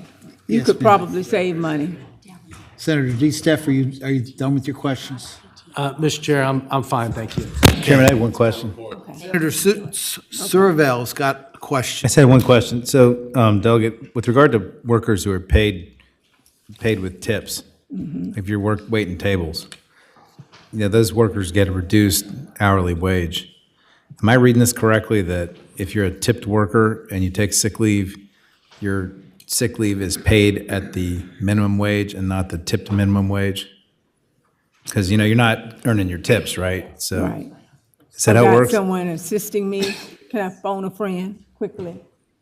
She's going to explain exactly how it's written and what's covered. Yes, sir, that's right, Senator Sherbell. And Mr. Chairman, can I respond to this other question about PTO? Well, I don't think we need it. You weren't up here before. All right, never mind. Okay. Okay, we've got a Thank you. motion to report and refer to finances. It's been a second. Is there a second on that? Okay, is there another, unless there's another motion, please open the roll. Okay, Delegate Ward, you've got one more bill. Yes, I do. 1928. All right. This one, I'm sure you're familiar with it. Goes by different names. This year, it is 1928, and is to raise the minimum wage in Virginia. This bill fulfills that reenactment requirement of the minimum wage that was supported back in 2020. This bill is intended to satisfy that reenactment requirement for the minimum wage law that we passed back in 2020, House Bill 395. Since that bill passed, the minimum wage has increased from the federal minimum. Can you believe it was $7.25 an hour in 2020? But then it moved to $12 in 2023, and under this bill, the minimum wage goes up statewide by set increments on the first day of each year as follows. In 2026, it'll be $13.50. 2027, it'll be $15 an hour. Currently, the minimum wage is rising by a rate equal to the Consumer Price Index on October the 1st of each year. And right now, it is $12.41. If the federal minimum wage surpasses ours, we will adopt the federal minimum wage. What this bill does not do, it doesn't adopt the regional minimum wage. that was discussed in 2020, but it is not happening at this time. Then it does not hurt small businesses. Just want you to remember that most minimum wage workers, as soon as they get a paycheck, they put it right back out into the community. So it doesn't necessarily hurt businesses. It discourages merit-based increases. The minimum wage is a classic case of rising tide carrying all boats. As low-wage workers see their income rise, as we say, they put it right back out into the business. And the businesses are then able to even hire better workers.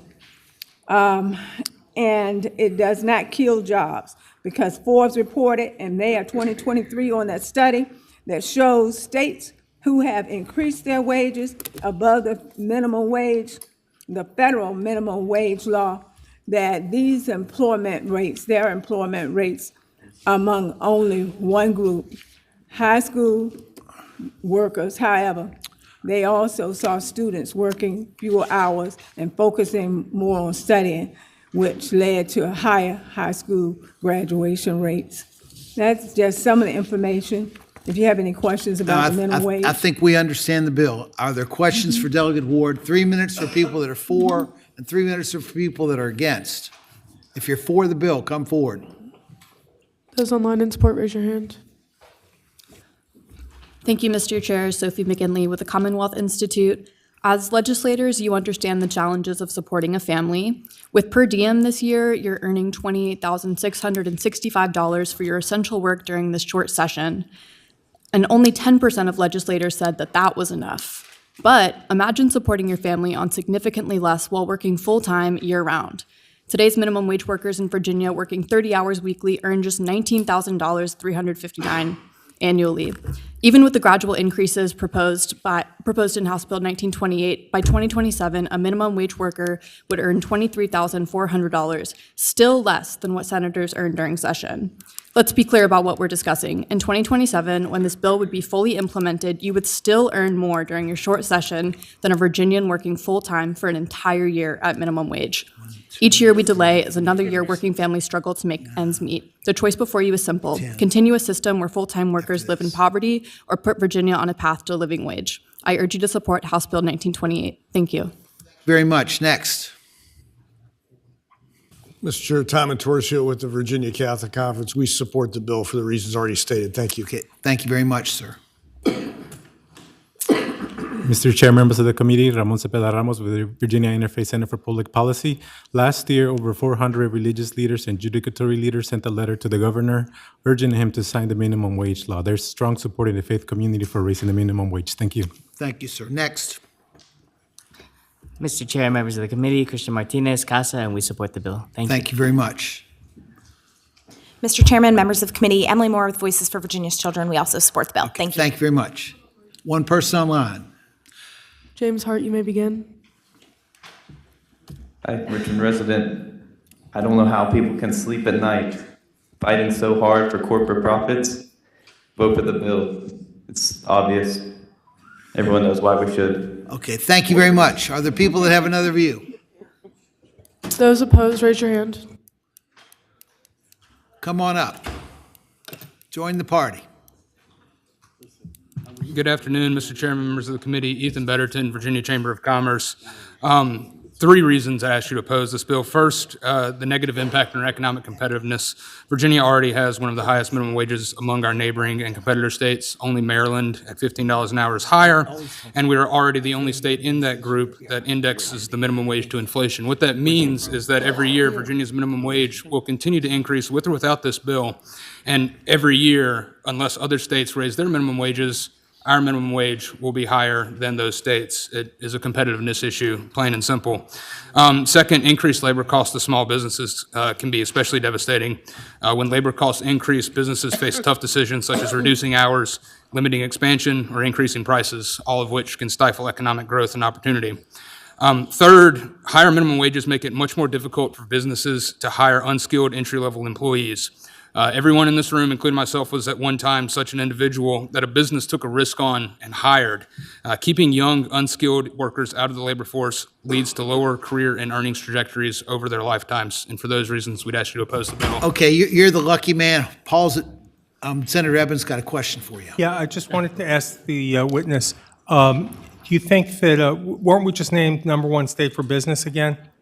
Mr. Chairman, yes, that's correct. Okay, so even with our increased minimum wage, and do you think 1241, and if I could, Mr. Chair, just to Senator follow up, so your position is that $12.41 an hour for 40 hours a week is enough for some people to live on in Virginia? The Chamber's position is that wages should be set based on discussions between employees and employers, such that the Chamber has a position on whether the existing minimum wage is good or bad. I can't provide that. Thank you. Thank you, sir. Next. Mr. Chairman, members of the committee, David Johnson from the Department of Labor and Industry, consistent with the administration's position last year and this year, the administration strongly opposed this bill and wishes you to defeat it. Okay, thank you, sir. Next. Mr. Chairman, members of the committee, Jody Roth on behalf of Virginia Retail Federation. We have a longstanding policy of opposing mandates on employers in an effort to let them conduct their businesses the way that best suits their business model, to not have to eliminate jobs or pass the cost on to consumers. And with those, coupled with associating myself with the comments of the chamber, we do oppose. Thank you. Okay, thank you, ma'am. Next.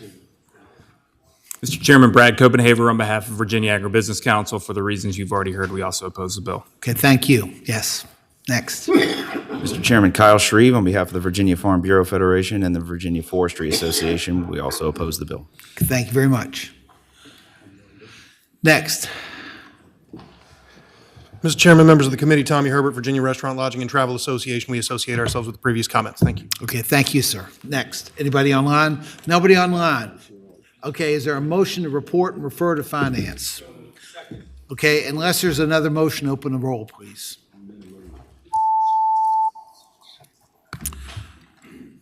Okay, congratulations, Delegate Ward. 906. Delegate McClure, you're next with 1625. Thank you, Mr. Chair, members of the Thank committee. you, ma'am. 1625. Yes, Mr. Chair, members of the committee, HB 1625 is identical to the bill that passed out of this body last year. It removes the farm worker exemption and the foreign temporary worker exemption from the Virginia Minimum Wage Act. So, Mr. Chair, I hope it's the will of the committee to vote favorably upon HB 1625. Speaking for the farmers of your district, huh? Hey, we may have some. Vertical. They're farmers in Arlington. Who would have thunk it? Okay. Are there questions for the delegate? Okay, 3 minutes for those who are in favor and 3 minutes for those that are against. Those online in favor, raise your hand, please. Mr. Yes, Chairman, sir. members, Tom and Torsia with the Virginia Catholic Conference. We support the bill to help ensure that these workers have a working living wage. Thank you. Thank you. Next. Mr. Chairman, members of the committee, Jason Urashis, Legal Aid Justice Center. We thank the patron and we strongly support this bill. Thank you. Thank you very much. Next. Mr. Chairman, members of the committee, Ramon Cepeda Ramos with Virginia Interfaith Center for Public Policy. We support this bill. We all eat food. Let's thank farm workers. Thank you. Okay, thank you very much. Christian Martinez Lemus, CASA, we support this bill. Thank you. Thank you very much. Are there people online? Okay. Those who have another view, come on up. Those online opposed, raise your hand. Mr. Chairman, Kyle Shreve here representing the Virginia Farm Bureau Federation. While we acknowledge the history last year, we do still stand in opposition, and our concern continues to be with the adverse effect wage rate at the federal level. Virginia minimum wage acts as a floor, and with the multiplier on top, as it is set by the federal government, our current AWR is $16.16, which tracks with our mean and median wages for farm workers, according to the Bureau of Labor Statistics, $16.63 and $16.81 respectively. As the AWR goes up, our wages go up, and we're worried, as has happened in some of the western states and Illinois, others, their AWRs end up somewhere around $20 an hour, and that's our concern with it. I get it. Pause it for just a second. Kyle, I know a farmer, a cattle farmer in Rockbridge County that says he can't get help for less than $15 an hour. Mr. Chairman, I would say that's correct. They can't get, we have a very difficult time getting workers, especially ones that reside in Virginia. That's why we often have labor that migrates or moves or even depend on temporary workers using the H-2A program at the federal level. And again, given the way those wages are set, our concern is not that we're paying over $15, it's that it just keeps going up. I would also remind the committee, as I did last year, Mr. Chairman, that our farmers often do not have the ability to raise prices just as they can. It's either set by commodity markets or the federal government programs. Senator Morrison's got a question for you. Thank you. Kyle, is housing, temporary housing, figured into the minimum wage calculation? Mr. Chairman, I would answer Senator Marsden. They usually put a transportation multiplier as a bunch of other things, but if you take H-2A workers, you are required to house them at your own expense. Yeah, it's 16 plus the housing, right? Yes, sir. Okay, next. Thank you, Kyle. Mr. Chairman, Brad Copenhaver on behalf of Virginia Agribusiness Council. I don't think we don't have anything to add other than what Kyle said, so we also oppose the bill. Thanks. Okay, thank you very much. Are there others? Mr. Chairman, David Johnson, Department of Labor and Industry. Consistent with the other approaches, the administration strongly opposes this bill. Okay, thank you very much. Are there others? Are there those that are online? Okay, there aren't. The bill's before the committee. Do you want to close up or? Yes, Mr. Chair, if I can just add on to the housing piece. So it's required 50 square feet or up to 100 square feet per person in terms of the housing. That's only H-2A workers. And so out of that context, you don't have to provide housing, but if you do, you can deduct that as a reasonable cost. Okay, the motion would be to report and re-refer to finance. Got a motion and a report to report and re-refer to finance. Unless there are other motions, please open the roll.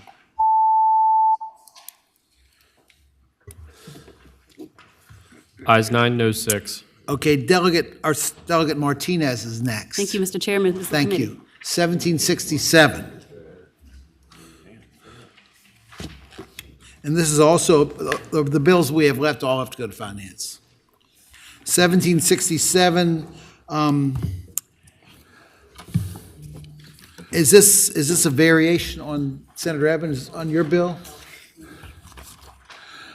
Mr. Chairman, this bill is separate from the other bill that we have had. All this does is change the maximum potential benefits duration from to a uniform 26 weeks for all beneficiaries, instead of starting at 12 and then working your way up to 26. This just gives them a flat 26 weeks of.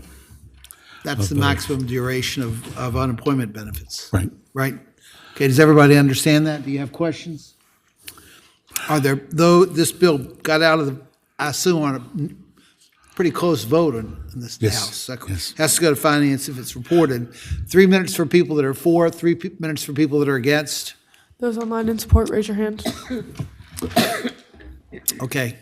Good afternoon, Mr. Chair and members of the committee. I'm Flannery O'Rourke, National Employment Law Project, speaking in support of the bill. Virginia law already recognizes that workers can be unemployed for up to 26 weeks due to circumstances outside of their control. But right now, only about half of Virginia's unemployment insurance claimants are protected for the full 26 weeks. This bill just ensures that all workers are afforded the same 26 weeks of protection. 10 other states have uniform 26-week potential maximum benefit, including West Virginia, Maryland, in D.C. Please support. Thank you. Okay, thank you, ma'am. Next. Thank you, Mr. Chair. Sophie McGinley with the Commonwealth Institute. Currently, the number of weeks someone can receive unemployment insurance benefits fluctuates between 12 and 26 weeks. This creates unnecessary uncertainty for both workers and employers. Someone who loses their job during a period of low unemployment isn't any less in need of time to find suitable work.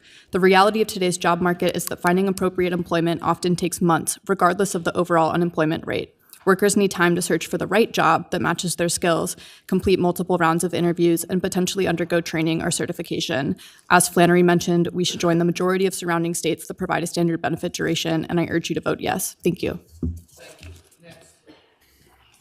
Mr. Chairman, members of the committee, I'm Joanna Darkus from the Virginia Poverty Law Center. We support the bill and urge you to do so as well on behalf of our low-income legal aid clients and the constituents we serve around the state. Thank you. Okay, thank you very much. Next.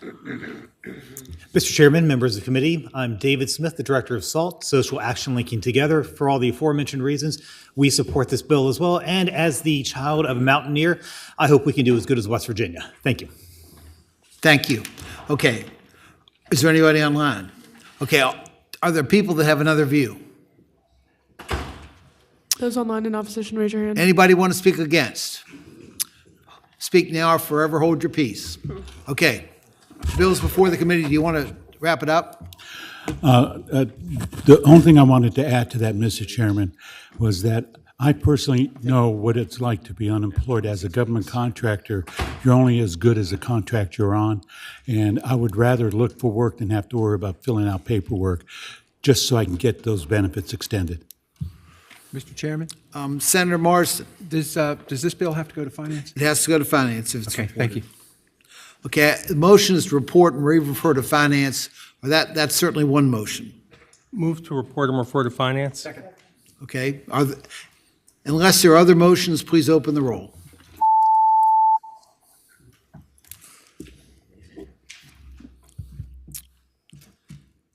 Ayes 9, no 6. Thank you, sir. Mr. Delegate Chairman, Helmer, thank you. 1796 is next. Did we have, did we already take up, did we already take up 1766? We conformed that? Not this year. 1796 is. We dealt with that earlier, 1766 in the beginning? And Yeah, conformed it? I think Okay, it's thank you. already- Okay, Helmer, are you here? Yeah. 1796. Thank you, Mr. Chair. Mr. Chair, I'm going to present the full bill, but there is a single line amendment that I think we have that strikes used or bought on line 37 and changes it to word sold, just to make sure we're focused on an action that we can understand the intent of. If we have a Democratic governor, we'll have Mr. Chair, Delegate Helmer, I believe the delegate is proposing an amendment on line 37 after is, strike used or bought, insert sold.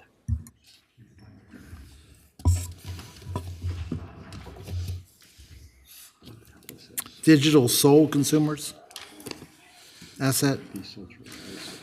Okay, what's the bill about? Okay. Yeah, I can walk through the whole bill, Mr. Chair, if that would be easier, and then go to that specific. We can adopt the amendment, but I wonder what the bill's about first. Yes, Mr. Chair. Mr. Chair, this in front of you is the Virginia Decentralized Autonomous Organization Act.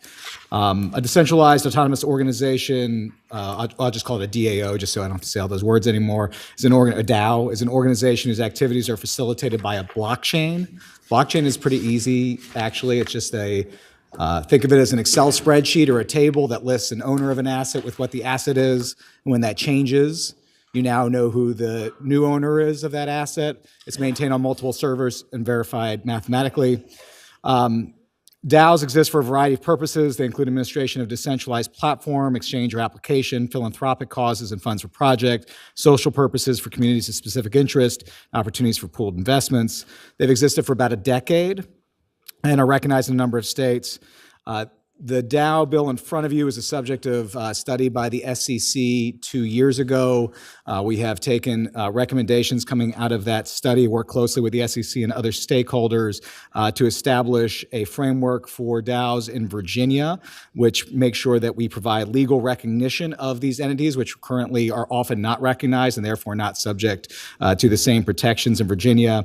What this does explicitly, one of the concerns in that study was that recognizing DAOs could interfere with how we operate LLC law in Virginia, and this bill addresses that concern in front of you. And then the last piece about it is there's significant investments happening nationally in blockchain. This puts Virginia in the posture of both protecting consumers by ensuring basic protections like a registration here in Virginia, And it ensures that the jobs that are being created come to Virginia as we see increased investments here. We just had blockchain day upstairs last week, and we're seeing all the great Virginia companies that are starting to work in this space. And so with that, I'm sure there'll be a few questions. I'm happy to take them. We also have folks here to testify on behalf of the bill. Are there questions for Delegate Helmer? Are there serious questions for Delegate Helmer? Okay, we've had an amendment to a technical amendment. Okay, all in favor? Got motion been made and seconded to adopt the technical amendment, which inserts the word "sole" in front of it's on line 37 between digital and consumer. Is that right? Is that the right place? So it means a digital asset that is, right now it reads used or bought, and this just clarifies that it is sold for that purpose. It is sold primarily for consumption. Okay. Yeah. All in favor of that amendment, say aye. Aye. Any opposed? Okay, the amendment's adopted. The bill's before you. 3 minutes for people that are for and 3 minutes for people that are against. Those online in support, raise your hand, please. Somebody's got to be excited by this concept. Don't forget to strike that thing on hearings and make it a letter. Mr. Chair, members of the committee, Zach Lemaster with Gentry Law Consulting here on behalf of the Virginia Blockchain Council. There are some experts online, but we are supportive of the bill and thank the patron for carrying it. Okay, thank you. Are there other people in the room? We've got 2 people online. Okay, well, they've got 2 minutes and 40 seconds together. Alexander Mann, you may begin. I'm ready. Mr. Chair, members of the Senate Commerce and Labor Committee, thank you for the opportunity to speak. My name is Alexander Mann, and I represent the BSB Blockchain Association, committed to advancing scalable blockchain technology and regulatory clarity. HB 1796 positions Virginia as a leader in digital innovation by providing a legal framework for DAOs, ensuring transparency, efficiency, and security while reducing uncertainty for businesses and investors. This bill provides a clear compliance path, promotes responsible governance, and drives economic growth and investment in emerging technologies. I urge the committee to support this bill. Thank you. Okay, thank you, sir. Is there another one? Jeff Palumbo, please turn on your camera and you may begin. Mr. Chairman and members of the committee, my name is Jeff Palumbo. I'm the CEO of AlphaPole. I'm a technology entrepreneur from Richmond, Virginia. You need to turn your camera on, please. You need to turn your camera on. Okay, well, I guess he doesn't want to. I thought he was an IT guy. Yeah. He can't turn the camera on. These IT guys that can't figure it out. I mean, I'm a Luddite, and I can figure out how to turn the camera on. They work in tables, Mr. Chair. Okay. Is there anybody else? Are there those that have another view of this bill? Those online in opposition, raise your hand. Are there those that understand what this bill's all about? How does it work? Okay, we've got an amended bill that'll have to be reported and re-referred to finance. Does everybody understand what it does? Okay, does anybody want to make a motion? Okay, got a motion. Is it seconded? Got a motion and it's been seconded to report and re-refer to finance. Unless there are other motions, please open the roll.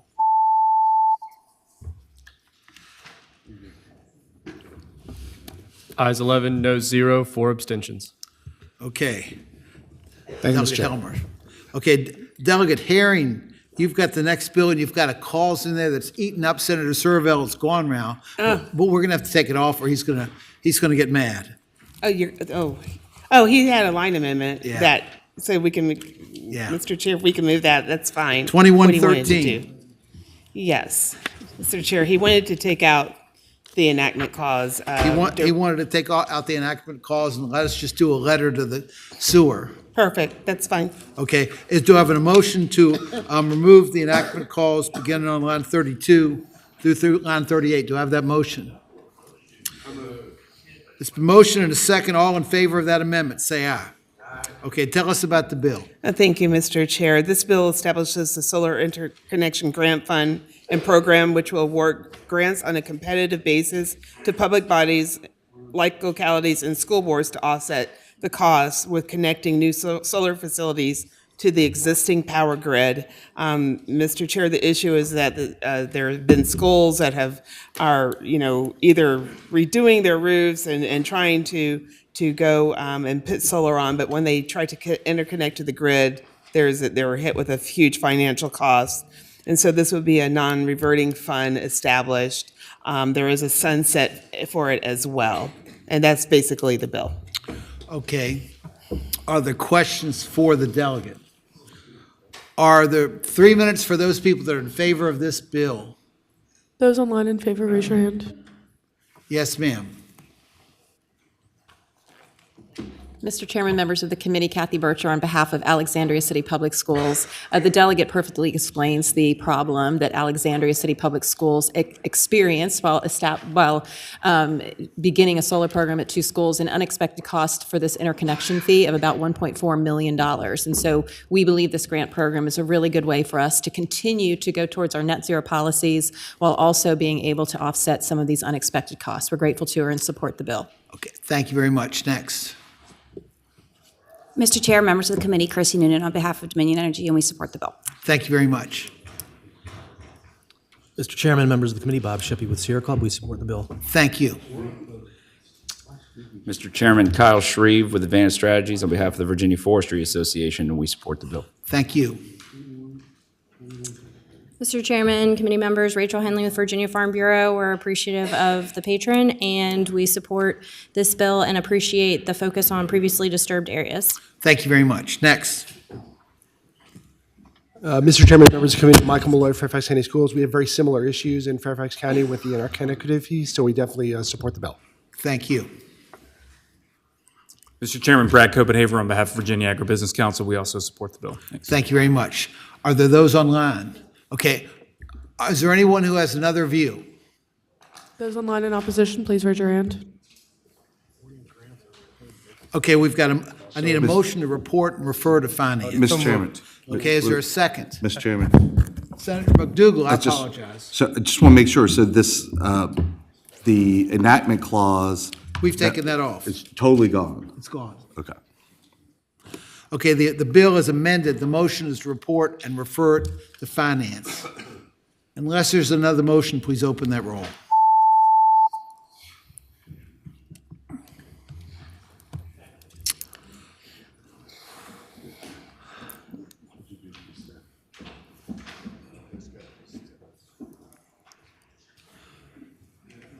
Ayes 14, no 0, 1 abstention. Okay. Thank you. Thank you. Mr. Senator Chair. Sullivan, you're next. Or Delegate Sullivan, I apologize. I almost gave you demotion there. Depending on your point of view, this is HB 1791, Mr. Chair. This has to do with electric vehicle infrastructure, particularly in rural parts of Virginia. I think there is an amendment. Okay. Does that sound right? Actually, I think Senator Deeds, we were... The amendment is the one from Chesapeake Action Alliance? That's the one. Okay. Chesapeake Climate Action Network. I think we're just changing the word distressed to rural and underserved. Okay. And what line's that amendment on? That's a good question. I should be able to tell you that. Okay, it's on line 38, it's Yep. on line 49, it's on line 55, it's on line 16, it's on line 62, and it's on line 63. All understand that amendment? It's been moved and seconded. Say aye. Aye. Any opposed? Okay, the bill as amended is before the committee. Delegate Sullivan. Thank you, Mr. Chairman. Mr. Chairman, members of the committee, this is a bill that has to do with the increasing number of electric vehicles in the Commonwealth and, just as importantly, in states surrounding the Commonwealth. HB 1791 is part of the effort to make sure that all Virginians and all people visiting Virginia can participate in this transition. We have a lot of charging stations that are going into Virginia, but they are not going in rural and underserved and in areas where, particularly in rural parts of Virginia, where we have great tourist attractions. And we want to make sure that people visiting us from surrounding states who want to go to those great tourist areas are able to charge their electric vehicles. What 1791 does is creates a fund to ensure that we have charging infrastructure going in all around the state. It's a one-time pilot. There's no tax credits or anything like that involved. There is already modest sums in both budgets to allow us to evaluate the program efficacy and see if we should continue it in years ahead. In the past, this has been here a few times, Mr. Chair, there's been widespread bipartisan support for this program, but the holdup's been the money. As I recall, there were similar bills around this that I think Senator Morrison had, and one that came from the House that were broader than this last year. That's Is that right. I correct? think this is more targeted to rural and underserved areas, and particularly, as I said, tourist locations so that people can Senator come. McDougal, your light's still on. Are you? Okay, Senator Marston. Thank you, Mr. Chairman. Delegate Sullivan, would this allow, what my concern is, having carried the bill before, is I want to make sure that our parks are visited and that people with electric vehicles can visit our parks. Would a private developer be able to work with DCR and the park folks to place a charging station there and be eligible here under this bill? Mr. Chairman, Senator Marsden, the answer to that is yes. In fact, it's specifically targeted toward that effort. Put it on public lands or near public lands that are tourist attractions, visitor locations, things like that. Thank you, Mr. Chairman. I just think that's critical. Okay, are there other questions for Senator McPike's lit up? Mr. Chairman, Senator this got to McPike. go to finance, correct? Yes. I'd move to report and re-refer to finance. Just speaking to the motion real quick. Sure. I think it's really important. I appreciate the delegates' work on this.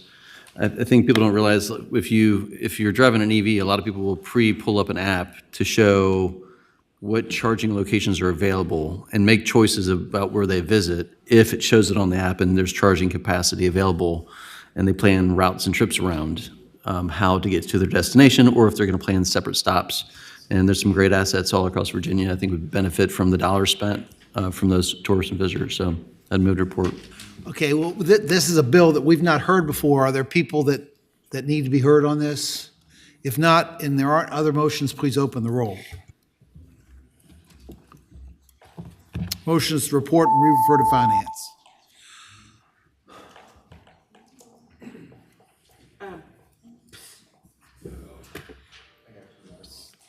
Ayes 9, noes 5, 1 abstention.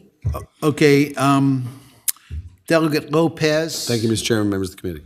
Is Delegate Lopez here? Delegate Shin?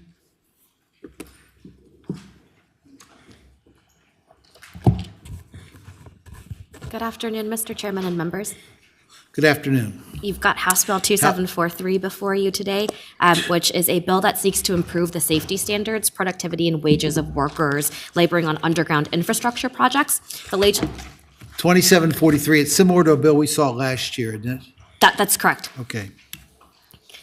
It was Delegate Simons who carried the bill last year and came out of this committee. So this legislation builds upon the successes of the Davis-Bacon Act as well as the 2021 Virginia Prevailing Wage Law by directing the Department of Labor and Industry to determine and make public prevailing wages for all underground utility projects that are valued at $250,000 or more, and ensuring that public service companies who are employing workers for these projects at the prevailing wage. It also ensures that said contractors as well as the subcontractors post the prevailing wage as well as other benefits related to the job position at prominent and accessible places at construction sites. Mr. Chairman, I'm happy to talk more about the benefits of prevailing wages and why it's so critical for our workforce to be able to see these publicly and have them accessible easily at work sites. But I'm at your disposal, and so if you would like for me to continue or ask any questions, I'm happy to answer some. This is a bill we saw last year, I think.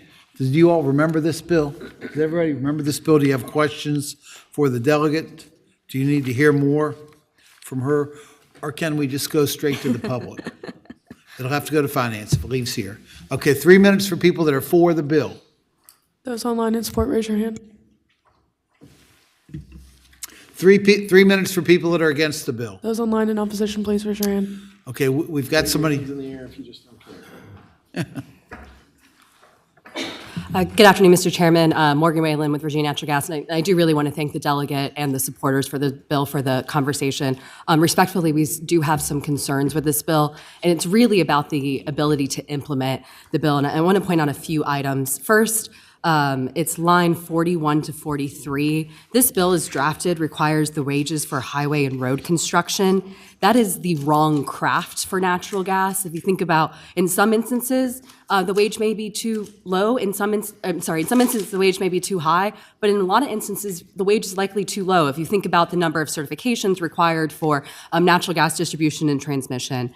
We're also very concerned, another quick point about the time for implementation. The bill comes into effect July 1st, but it doesn't allow any time for Dolly to first set those wages. So contractors are required to be in compliance with something that they don't have the information for. We're very concerned what this will mean for Virginia contractors. A lot of our contractors do work across state lines, and they are familiar with Davis-Bacon, but I work with a lot of family-owned businesses in Hampton Roads specifically, and they would have significant difficulty to be able to bid in our work. And then the last item, we're very concerned on unintended consequence. This references contracts. We do have a contract with our active labor union, and we just want to ensure this is in no way, shape, or form influences that contract. So for those reasons, we respectfully... Pause it for a second. Tell me about that. Are you talking about the line that talks about contracts? It doesn't apply to contracts for underground infrastructure works of $250,000 or less on 67, 68. Is that what you're talking about? Referencing, I believe it's line 33, it references all contractors for work that's being done on underground. We have a contract with our union. Okay, so you're talking about everything above 250 though, right? Correct, which frankly, the price for infrastructure, nearly everything we do for installing underground is over $250,000. But we hope to continue to work with the patron and advocates, as we think there are some common goals here, but we respectfully oppose Okay, today. thank you, Senator D-Steph. You have questions for this Chair, person? since Morgan's up there, Morgan, what would this do to the infrastructure cost or the cost of the infrastructure projects?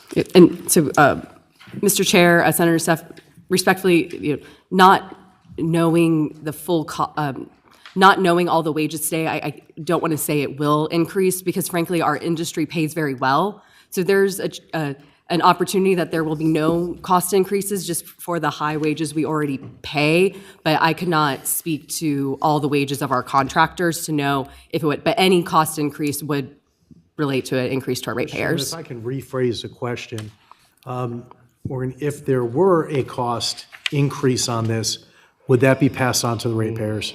Mr. Chairman, Senator Steph, yes, sir. Thank you. Okay, thank you so much. Senator Morrison's got something too now. Thank you, Mr. Chairman. Question, would this include internet service providers, ISPs, in terms of prevailing wage? Is that your understanding of the bill?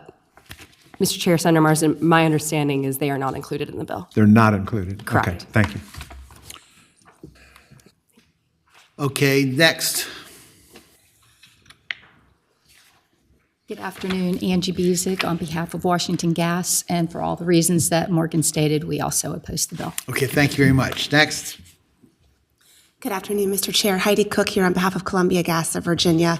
I'll associate my concerns with Morgan Whalen that came before me, but I would like to thank the patron who spent significant amount of time trying to get to a neutral position, but we just couldn't get there, so we oppose. Thank you. Thank you very much. Next. Good afternoon, Mr. Chair, members of the committee. I'm Chris White with the Vector Corporation here on behalf of Aqua Virginia.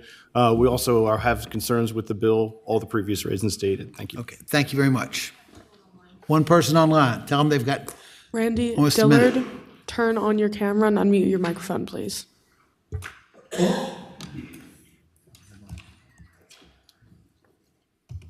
sorry, I'm a little under the weather. I'm trying to unmute. We just need your camera on, Randy. I can hear you. Okay, Are you against the bill?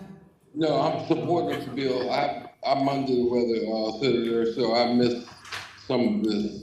But this bill. We need your camera on for you to comply with the rules. I'm trying to hit the button, sir. If he looked like I feel, I don't want to see him. Poor baby. Is that better? No, we get you. We get you. You're for the bill. I would just mark you down that way. Yes. Okay. Oh, okay. Is there anything you wanted to say to wrap it up? Oh, sure, Mr. Chairman, if I could just say, the concerns around tying this work specifically to the construction and highway wages is because I understand that is about as close as we can get to understanding like underground infrastructure work. But part of this bill also directs the Department of Labor and Industry to determine and set those prevailing wages so they can be closer to the actual craft that's being worked on these projects. The second thing around contracts is with the unions that a company might already be in contract with, I don't think this necessarily impacts existing contracts because this is supposed to be about whether they're employees directly of the public service utility or of their contractors or prime contractors, not necessarily the contract with like the collective bargaining unit or the bargaining unit. Okay, thank you. Okay, the bill's before the committee. If it's going to report, it's got to go to finance. Motion to report and refer to finance. Is there a second? There's been a second. Okay, unless there are other motions, please open the roll.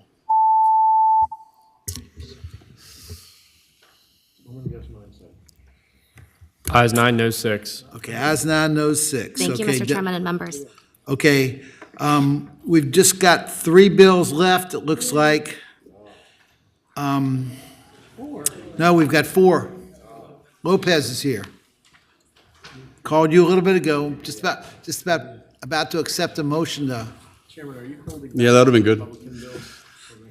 There are no Republican bills. We did the motions to the finance first, and so they weren't in the finance. Please. Thank you. So everyone knows last year we had a bill, myself and Senator Serval, to create the Green Bank, basically the Virginia Clean Energy Innovation Bank. We were able to move it along. We got it passed, but the bill was vetoed by the governor. Unfortunately, the governor, when he did that, he took out all the guardrails. He took out all the protections. He used language in the budget to create his own version of the bank. And the problem is by rejecting the bill, the governor removed all the guardrails and oversight and asked us to trust him when they said the bank would do what it was supposed to do. This bill is basically about trust but verify. The bill allows the bank to exist under the Department of Energy to take advantage of some of the potential benefits the governor had highlighted, meaning regarding reduced conflicts between the bank and the department and increased efficiency, but it also ensures that no governor, current or future, can use the Clean Energy Innovation Bank as an energy project slush fund. So the bill would do a few things. Actually create the bank in code and in the corresponding fund in code, rather than just rely on administrative action. Create an advisory board made up of experts. It would define the sort of projects that the bank can fund, and then it require the bank to have a strategic plan and make annual reports, and then subjects loans made by the bank to basic consumer protections. So what this bill does, Mr. Chairman and members of the committee, is put those guardrails in that we had in the original bill and allows it to go forward. I hope it's the will of the committee to approve the bill, and I can answer any questions you might have. Are there questions for Delegate Lopez? Senator Eben. Is this pretty similar to what we passed of Senator Serval on your bill last year? Yes, it basically replaces. It takes all of the things that the governor did not include in his administrative action and puts it back in and so when I say guardrails and oversight, that's exactly what I'm talking about. Okay, are there other questions for Delegate Lopez? We've not seen this bill, so 3 minutes for people that are for it. Those online in support, raise your hand, please. 3 minutes. Members of the committee, Blair St. Ledger Olson with the Virginia League of Conservation Voters. I can't describe what does better than the delegate did himself. So for those reasons, we support the bill. Thank you. Thank you. Mr. Chairman, members of the committee, Victoria Higgins, Chesapeake Climate Action Network, Action Fund, want to thank the patron and we support the bill. Thank you. Thank you. Mr. Chairman, members of the committee, Bob Shippey with Sierra Club, think the bill makes a lot of sense and hope you'll pass it. Thanks. Thank you.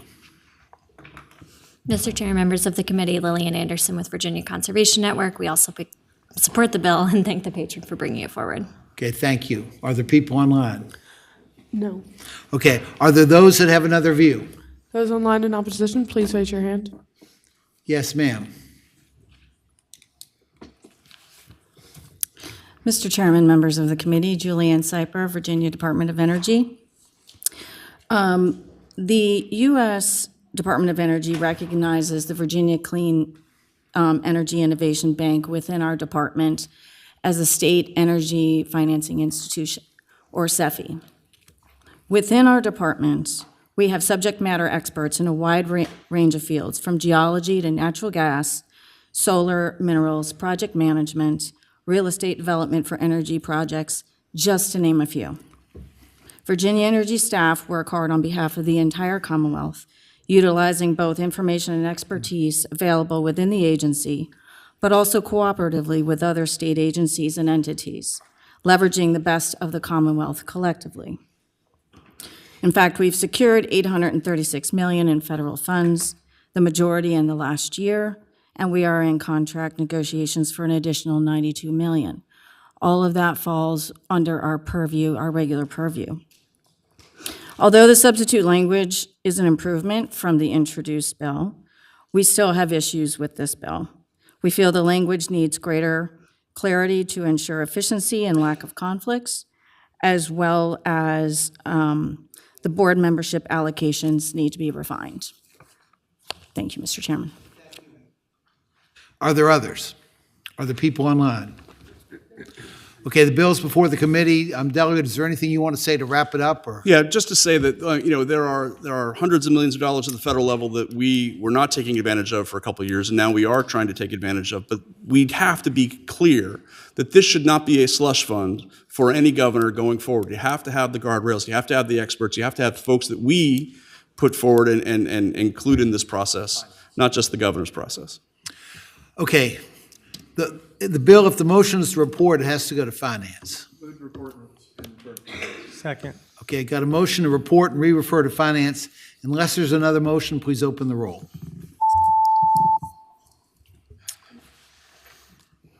Ayes 9, no 6. Thank you. Thank you. Delegate Keys-Kamara. 2136. Yes, sir. Please turn your attention to the delegate. Thank you, Mr. Chair, members of the committee. Before I get started, there is a line amendment. Mr. Chair, Delegate Keys-Kamara, on line 17, after the word "are," strike non-jurisdictional and insert jurisdictional. So you're basically just striking the non. Yes, that's correct. Okay. Okay, tell us about the bill. Thank you. This is an attempt to provide services to utility customers. I live in a planned district where there were lots of innovative ideas, and we have very small, somewhat independent, but still reliant upon the SEC type utilities that are being run primarily by individuals who have absolutely no utility background. And now that those systems are coming of age, there are some problems. This is an attempt to do something very similar as we did with the insurance agency, to try to provide centralized information and simply try to make sure that customers feel that they can get accurate information, whether it be with their complaints or perhaps they may even need to have referrals from a credible source. So I hope it is the will of this committee to report this bill. Thank you. Okay, does everybody understand what the delegate is trying to do with this bill? Are there questions? Okay, 3 minutes for the people that are for this bill. Those Who's online in for it? support, raise your hand. Mr. Chair, members of the committee, Chrissy Noonan with Seven Hills on behalf of Dominion Energy. We support the bill. The Bureau of Insurance has had an ombudsman since 1999, so we think this is a good idea and a good bill. Thank you. Thank you.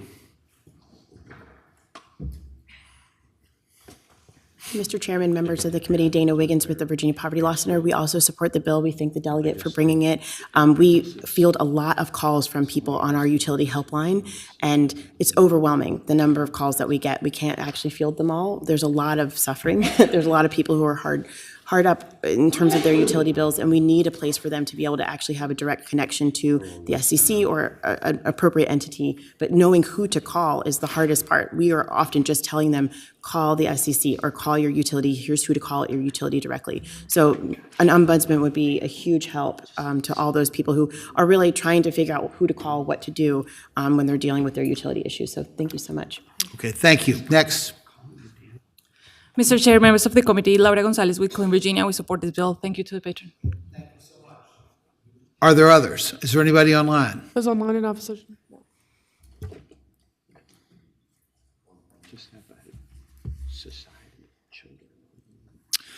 Okay, are there those people that have another view? Online or in the room? There aren't. Okay, the bill's before the committee. We refer to finance, okay? Unless there are other motions, please open the roll.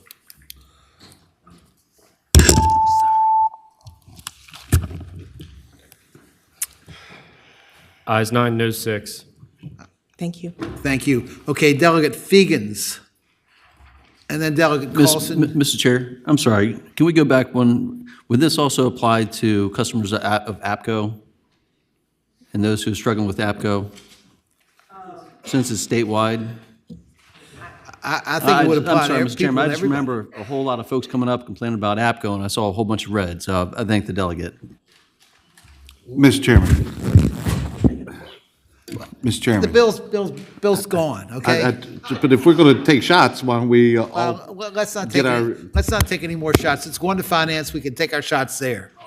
Everybody's going to finance, okay? Delegate Fegans, come on up. 1616. Good afternoon, Mr. Chair and members of the committee. HB 1616, which aims to strengthen Virginia's offshore wind industry through workforce development, directs the Virginia Department of Energy to support workforce development, new and existing workforce resources, and curriculum development to support the growing offshore wind industry. This bill is designed to work alongside existing federal grant funding for offshore wind workforce training, including the $16 million in federal funding that was awarded to the Virginia Department of Energy in 2024. With that, I hope it is the will of this committee to support this bill. Okay, directs the Director of the Department of Energy to identify and develop training resources to advance workforce development in the offshore wind industry in the Commonwealth. Is that pretty much a good summation? That is correct, Mr. Chair. That's correct. Okay. The bill, does everybody understand? Is there anybody that has questions for the delegate? Are there 3 minutes for those people that want to speak in favor of the bill? Those online in support, raise your hand. Come on up.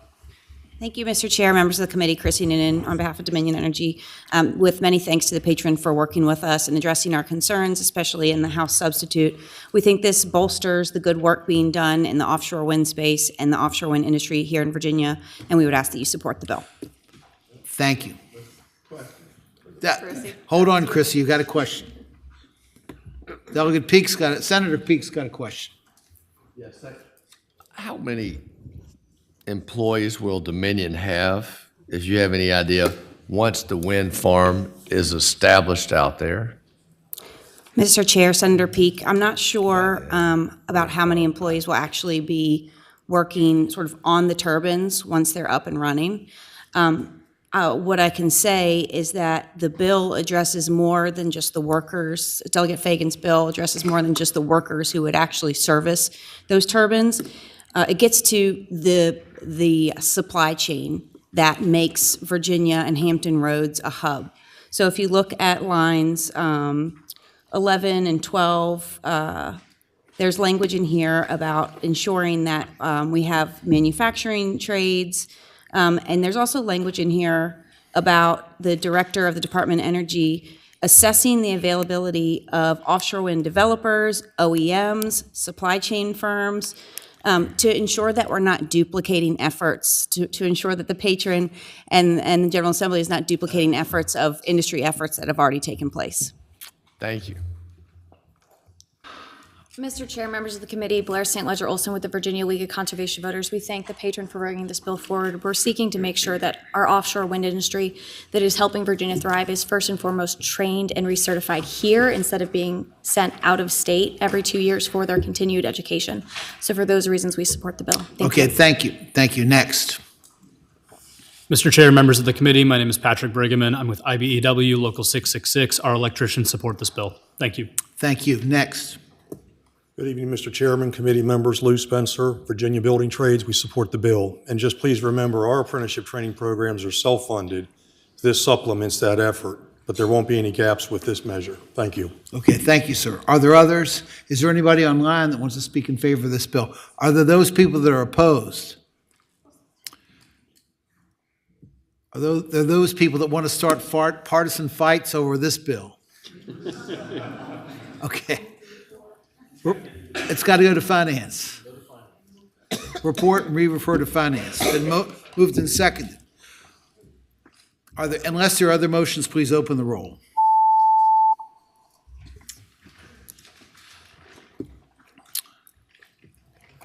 Ayes 11, noes 4. Thank you, Okay, Mr. Chair, members Delegate, of the committee. thank you. Delegate Carlson, you are the breadwinner, last one. Yay. You're batting cleanup here. Thank you, Chairman Deeds. I just have a short 20-minute presentation. 20 on the bill. minutes? Yeah.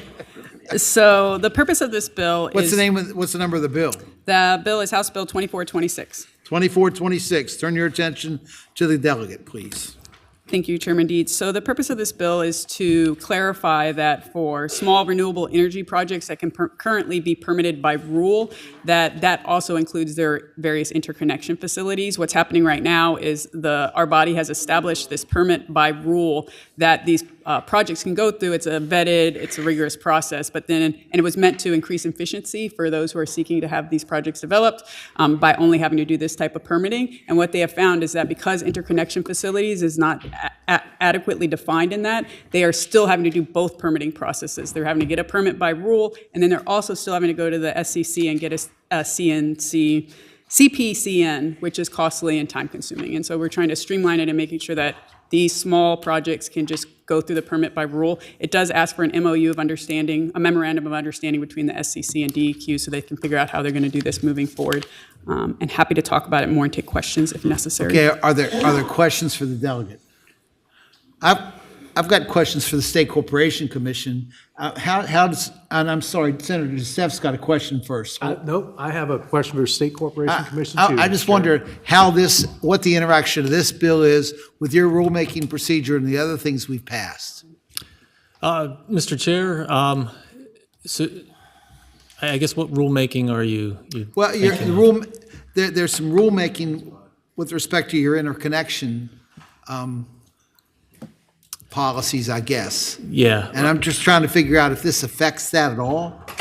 I'm not aware of any interaction or any way that this impedes that, but the memorandum of understanding for this one is really for those PBRs, if they get the permit from the DEQ for the facility, a lot of times now those distribution lines have to leave the site to get to the substation, and that's where coming to the commission has been the understanding that they'd have to get a certificate for that. So it's not getting a certificate for the site.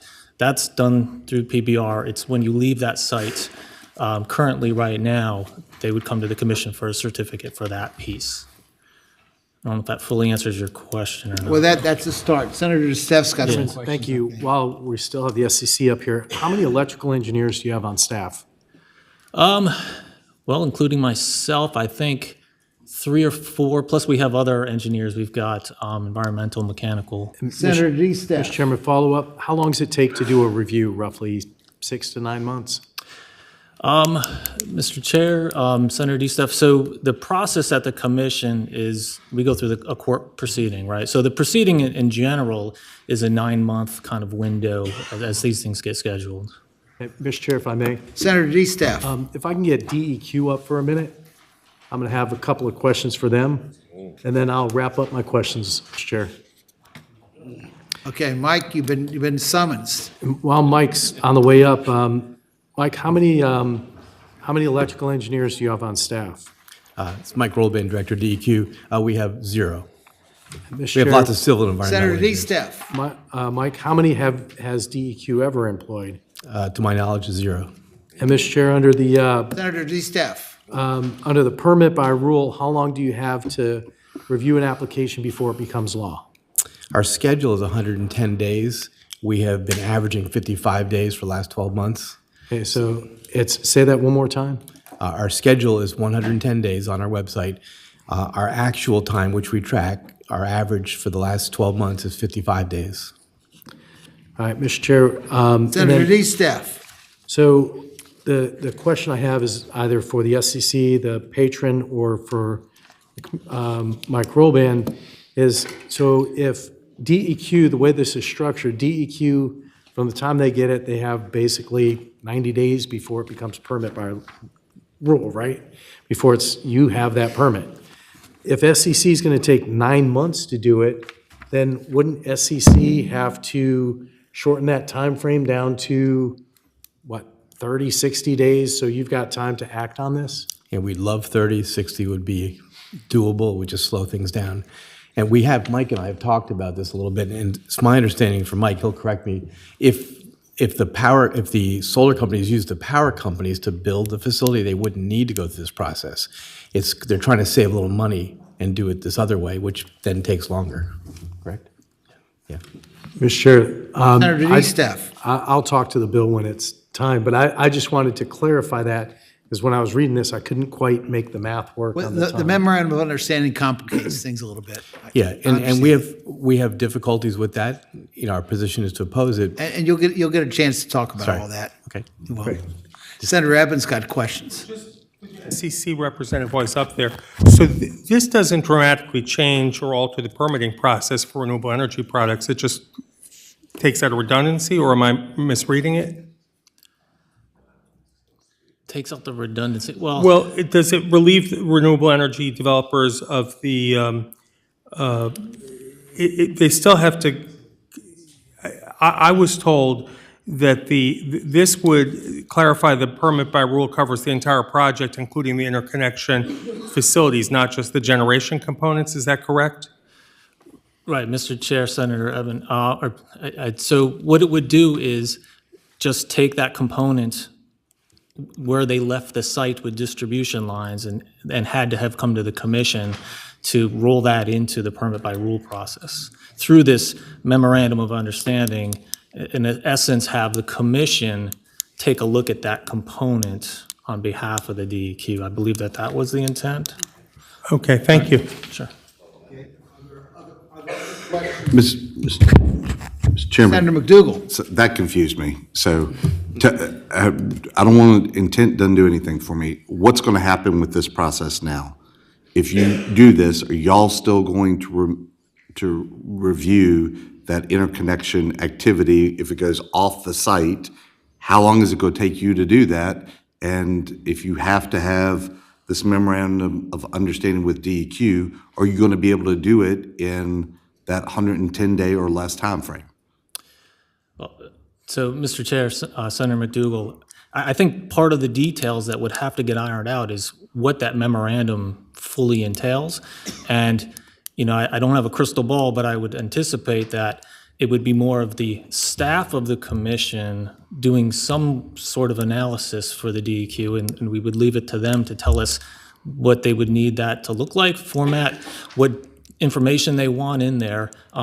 But as I sort of would think it through, it would essentially cut out the commission part of it, the whole courtroom proceeding, evidentiary hearing, and just be like a staff report from the commission to send to the DEQ looking at it. But again, those are all details that would have to get worked out, and I really don't know what that would fully look like. And so, I do anticipate the commission having a fiscal impact on this, because we take what we would normally have looked at in this longer period and kind of condense it down to try to meet the timeline of the DEQ. But again, that's TBD. This bill would have to go to finance from here. We've already gotten that instruction, but do you have a fiscal impact statement on this bill? I haven't seen that. Yes, we did send one. What kind of fiscal impact does it have? From memory, it's like 2 engineers to help with the additional workload. Okay. Two new people you need. That's correct. Okay. So, Chair Deeds, if I can respond. Okay, please. Our attempt to clarify, not that I profess that I can clarify it. And so it's, to Senator Evans' point, it's not a redundancy so much as this permitting is being housed in 2 pathways, when in reality, the legislative intent was that it go through 1. And no additional work is being created. Everything is reviewed right now. It's just part of it's reviewed over here, part of it's reviewed over here. So the intent with the memorandum of understanding is that we can figure out, even if the DEQ is relying on staff members who are reviewing it with SEC, that's what would be worked out. And the legislative intent right now is to make sure that that happens. And if we need an enactment clause to give them some time, but we need them to enter into a memorandum of understanding to figure out how to get it on one pathway, because the permit by rule, if you have to go through the SCC hearing, is laborious, intensive, time-consuming, and expensive, when we have already acknowledged that these are small-scale projects that can go through one pathway. That's what we're trying to accomplish.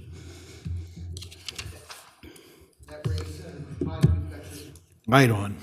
Thank you, Mr. Chairman. I guess to the patron, what it sounds like you're trying to do, and I think we've had a lot of bills in this chamber pass out 40-0, which is shortening and coordinating. I know, Virginia Beach, Hanover, Spotsylvania, Prince William County all have interdepartmental work groups that do plan reviews together. When they get them in, they knock them out together because there's different technical expertise. I can think of stormwater has a stormwater engineer do it. Planning has a planning person do it, and they actually work together.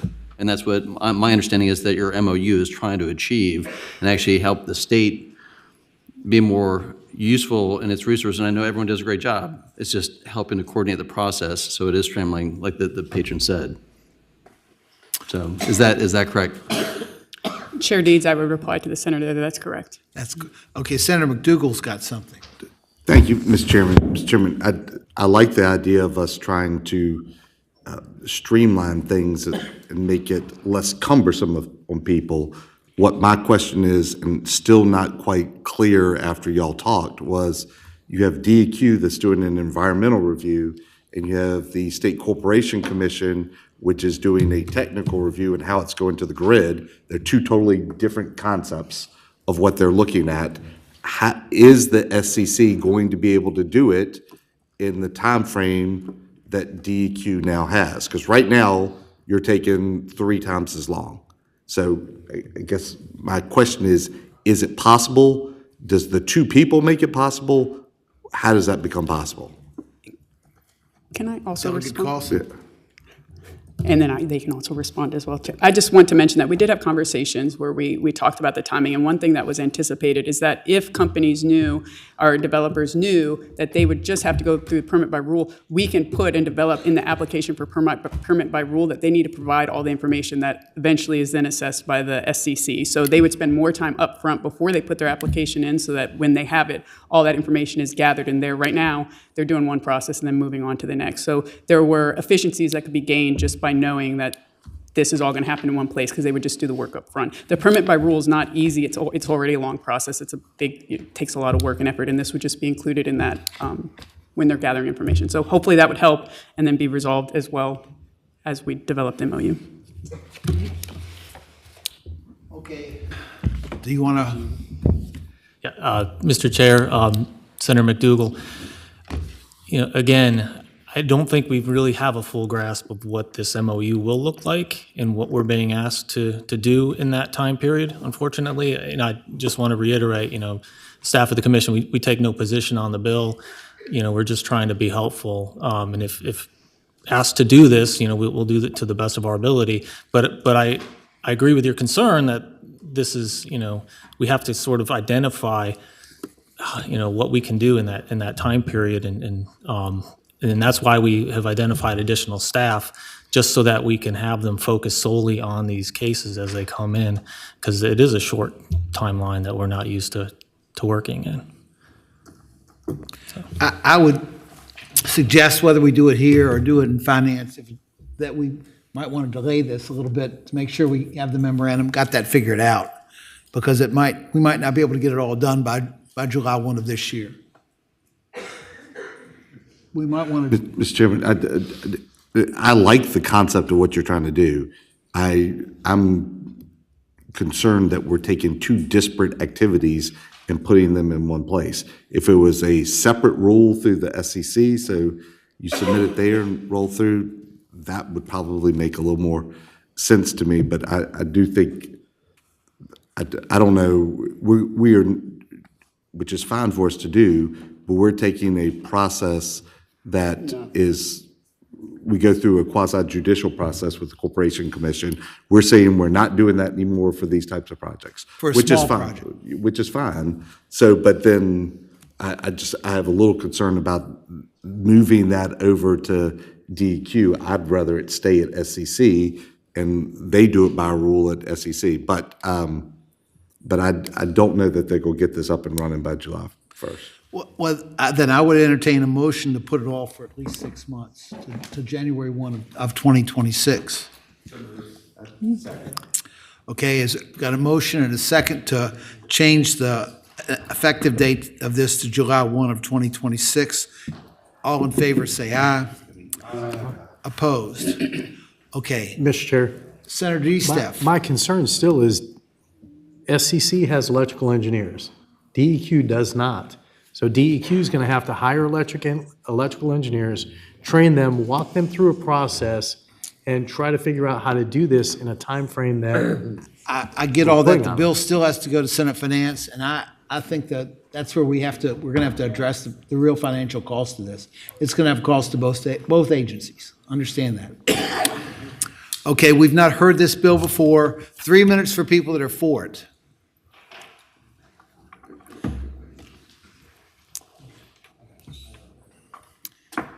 Mr. Rolban, don't go far, because we're going to have identical time for people that are against it. Okay, go ahead. Mr. Chair, members of the committee, Philip Scrange on behalf of AES Clean Energy. Appreciate this bill, appreciate the patron for bringing it. We support the bill. We think that it is a streamlining, as you've discussed, and support the delayed enactment that you've discussed as well. Thank you. Okay, thank you, sir. Next.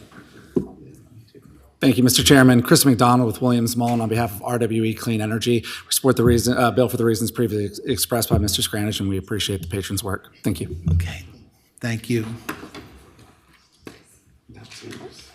Mr. Chair, members of the committee, Carter Tennyson Whitelaw on behalf of Savion, a subsidiary of Rochelle. We echo all the sentiments that our friend Philip Scranage had. We support this bill as well. Thank you.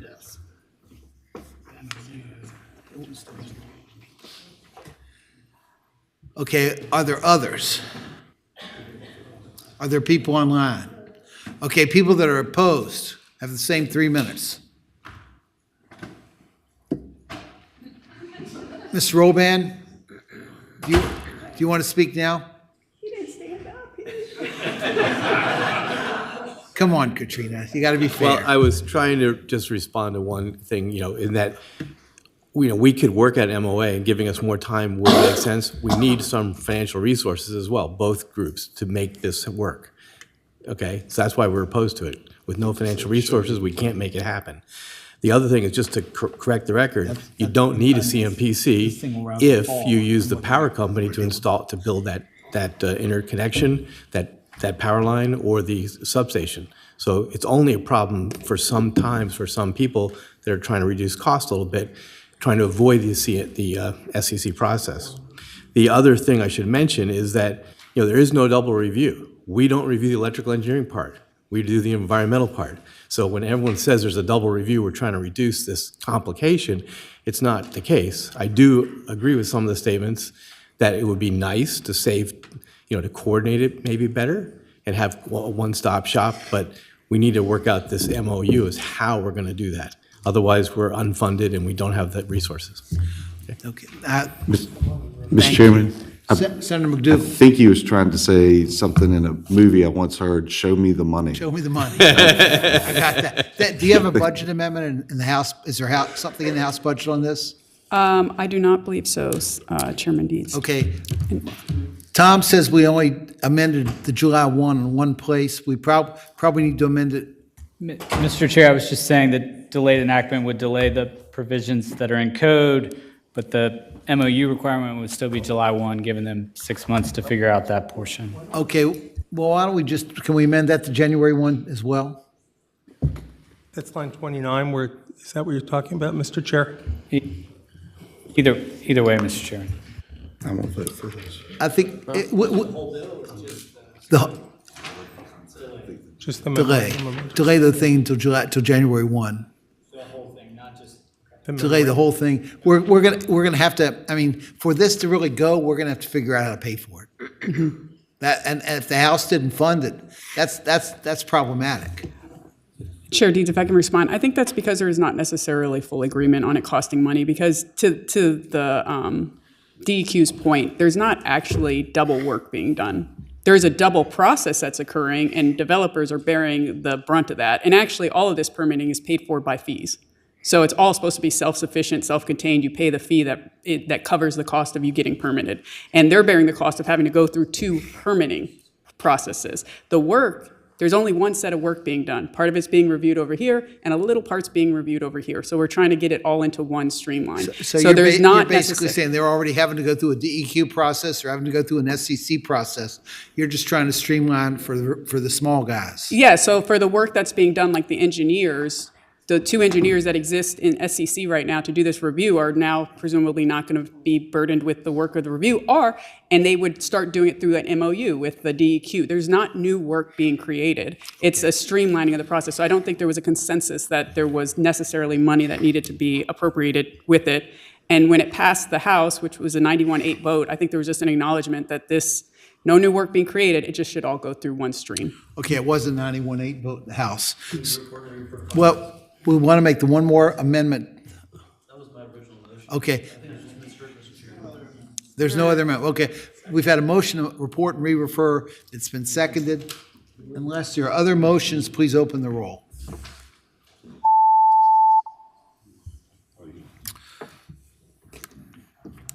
Ayes 12, noes 2, 1 abstention. Thank you. Thank you. The committee will rise. This is the Senate of Virginia, Richmond, Virginia.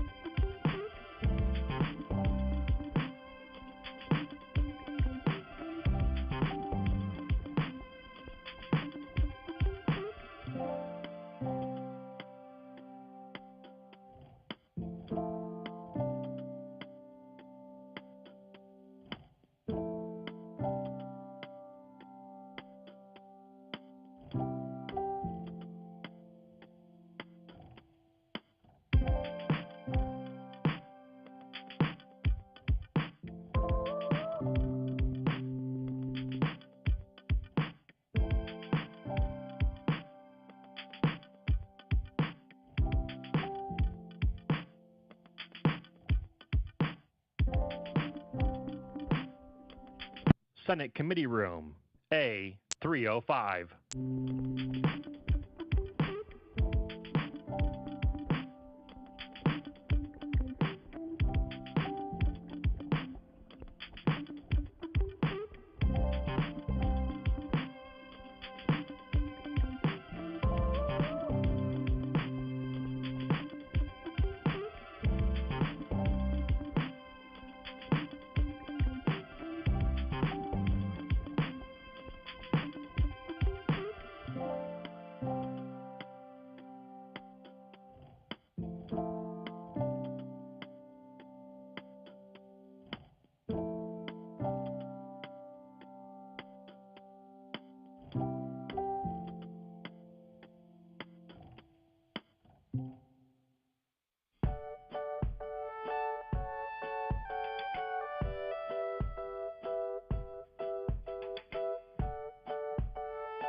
Did you know that you can watch the Senate live on YouTube?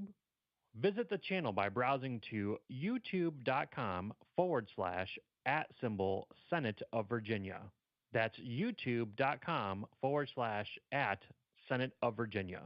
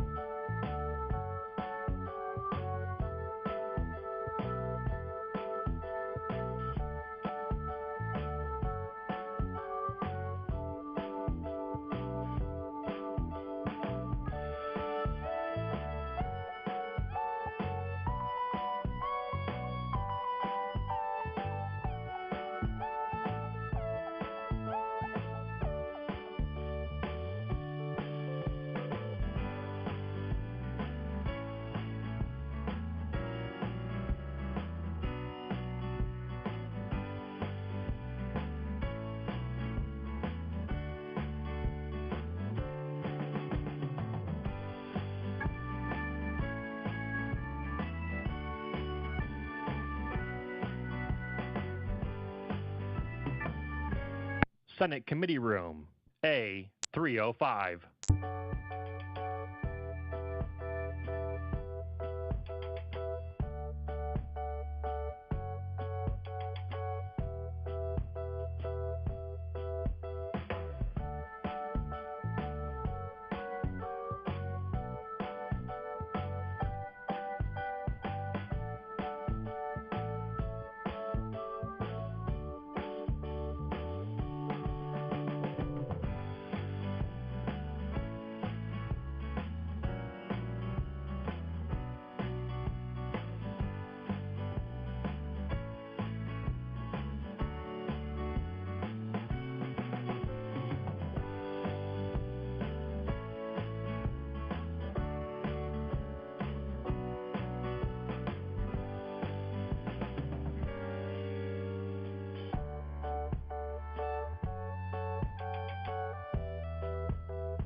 This is the Senate of Virginia, Richmond, Virginia.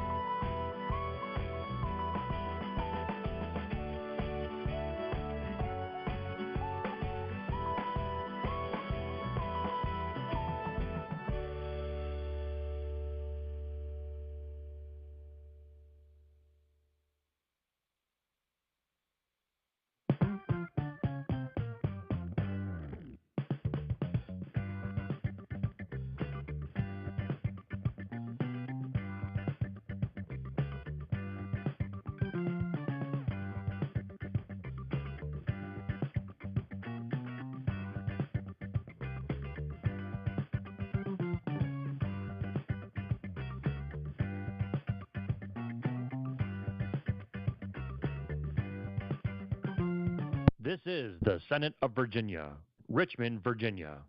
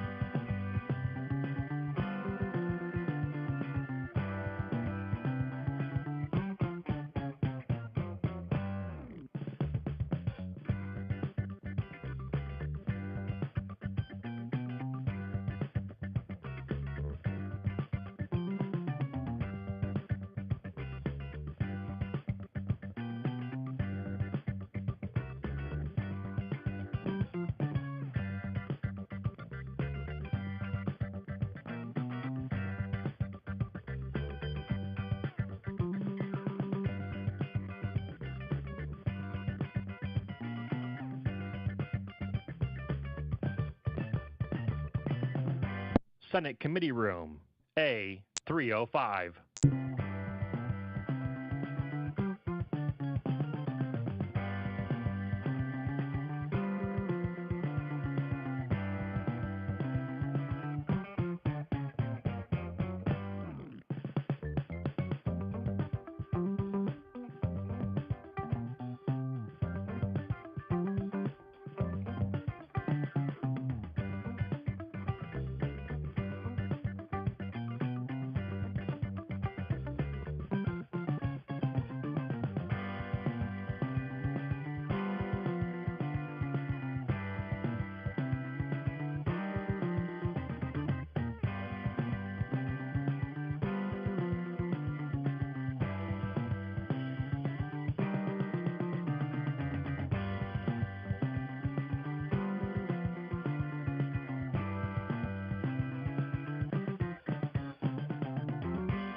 Did you know that you can watch the Senate live on YouTube? Visit the channel by browsing to youtube.com/@Senate of Virginia. That's youtube.com/@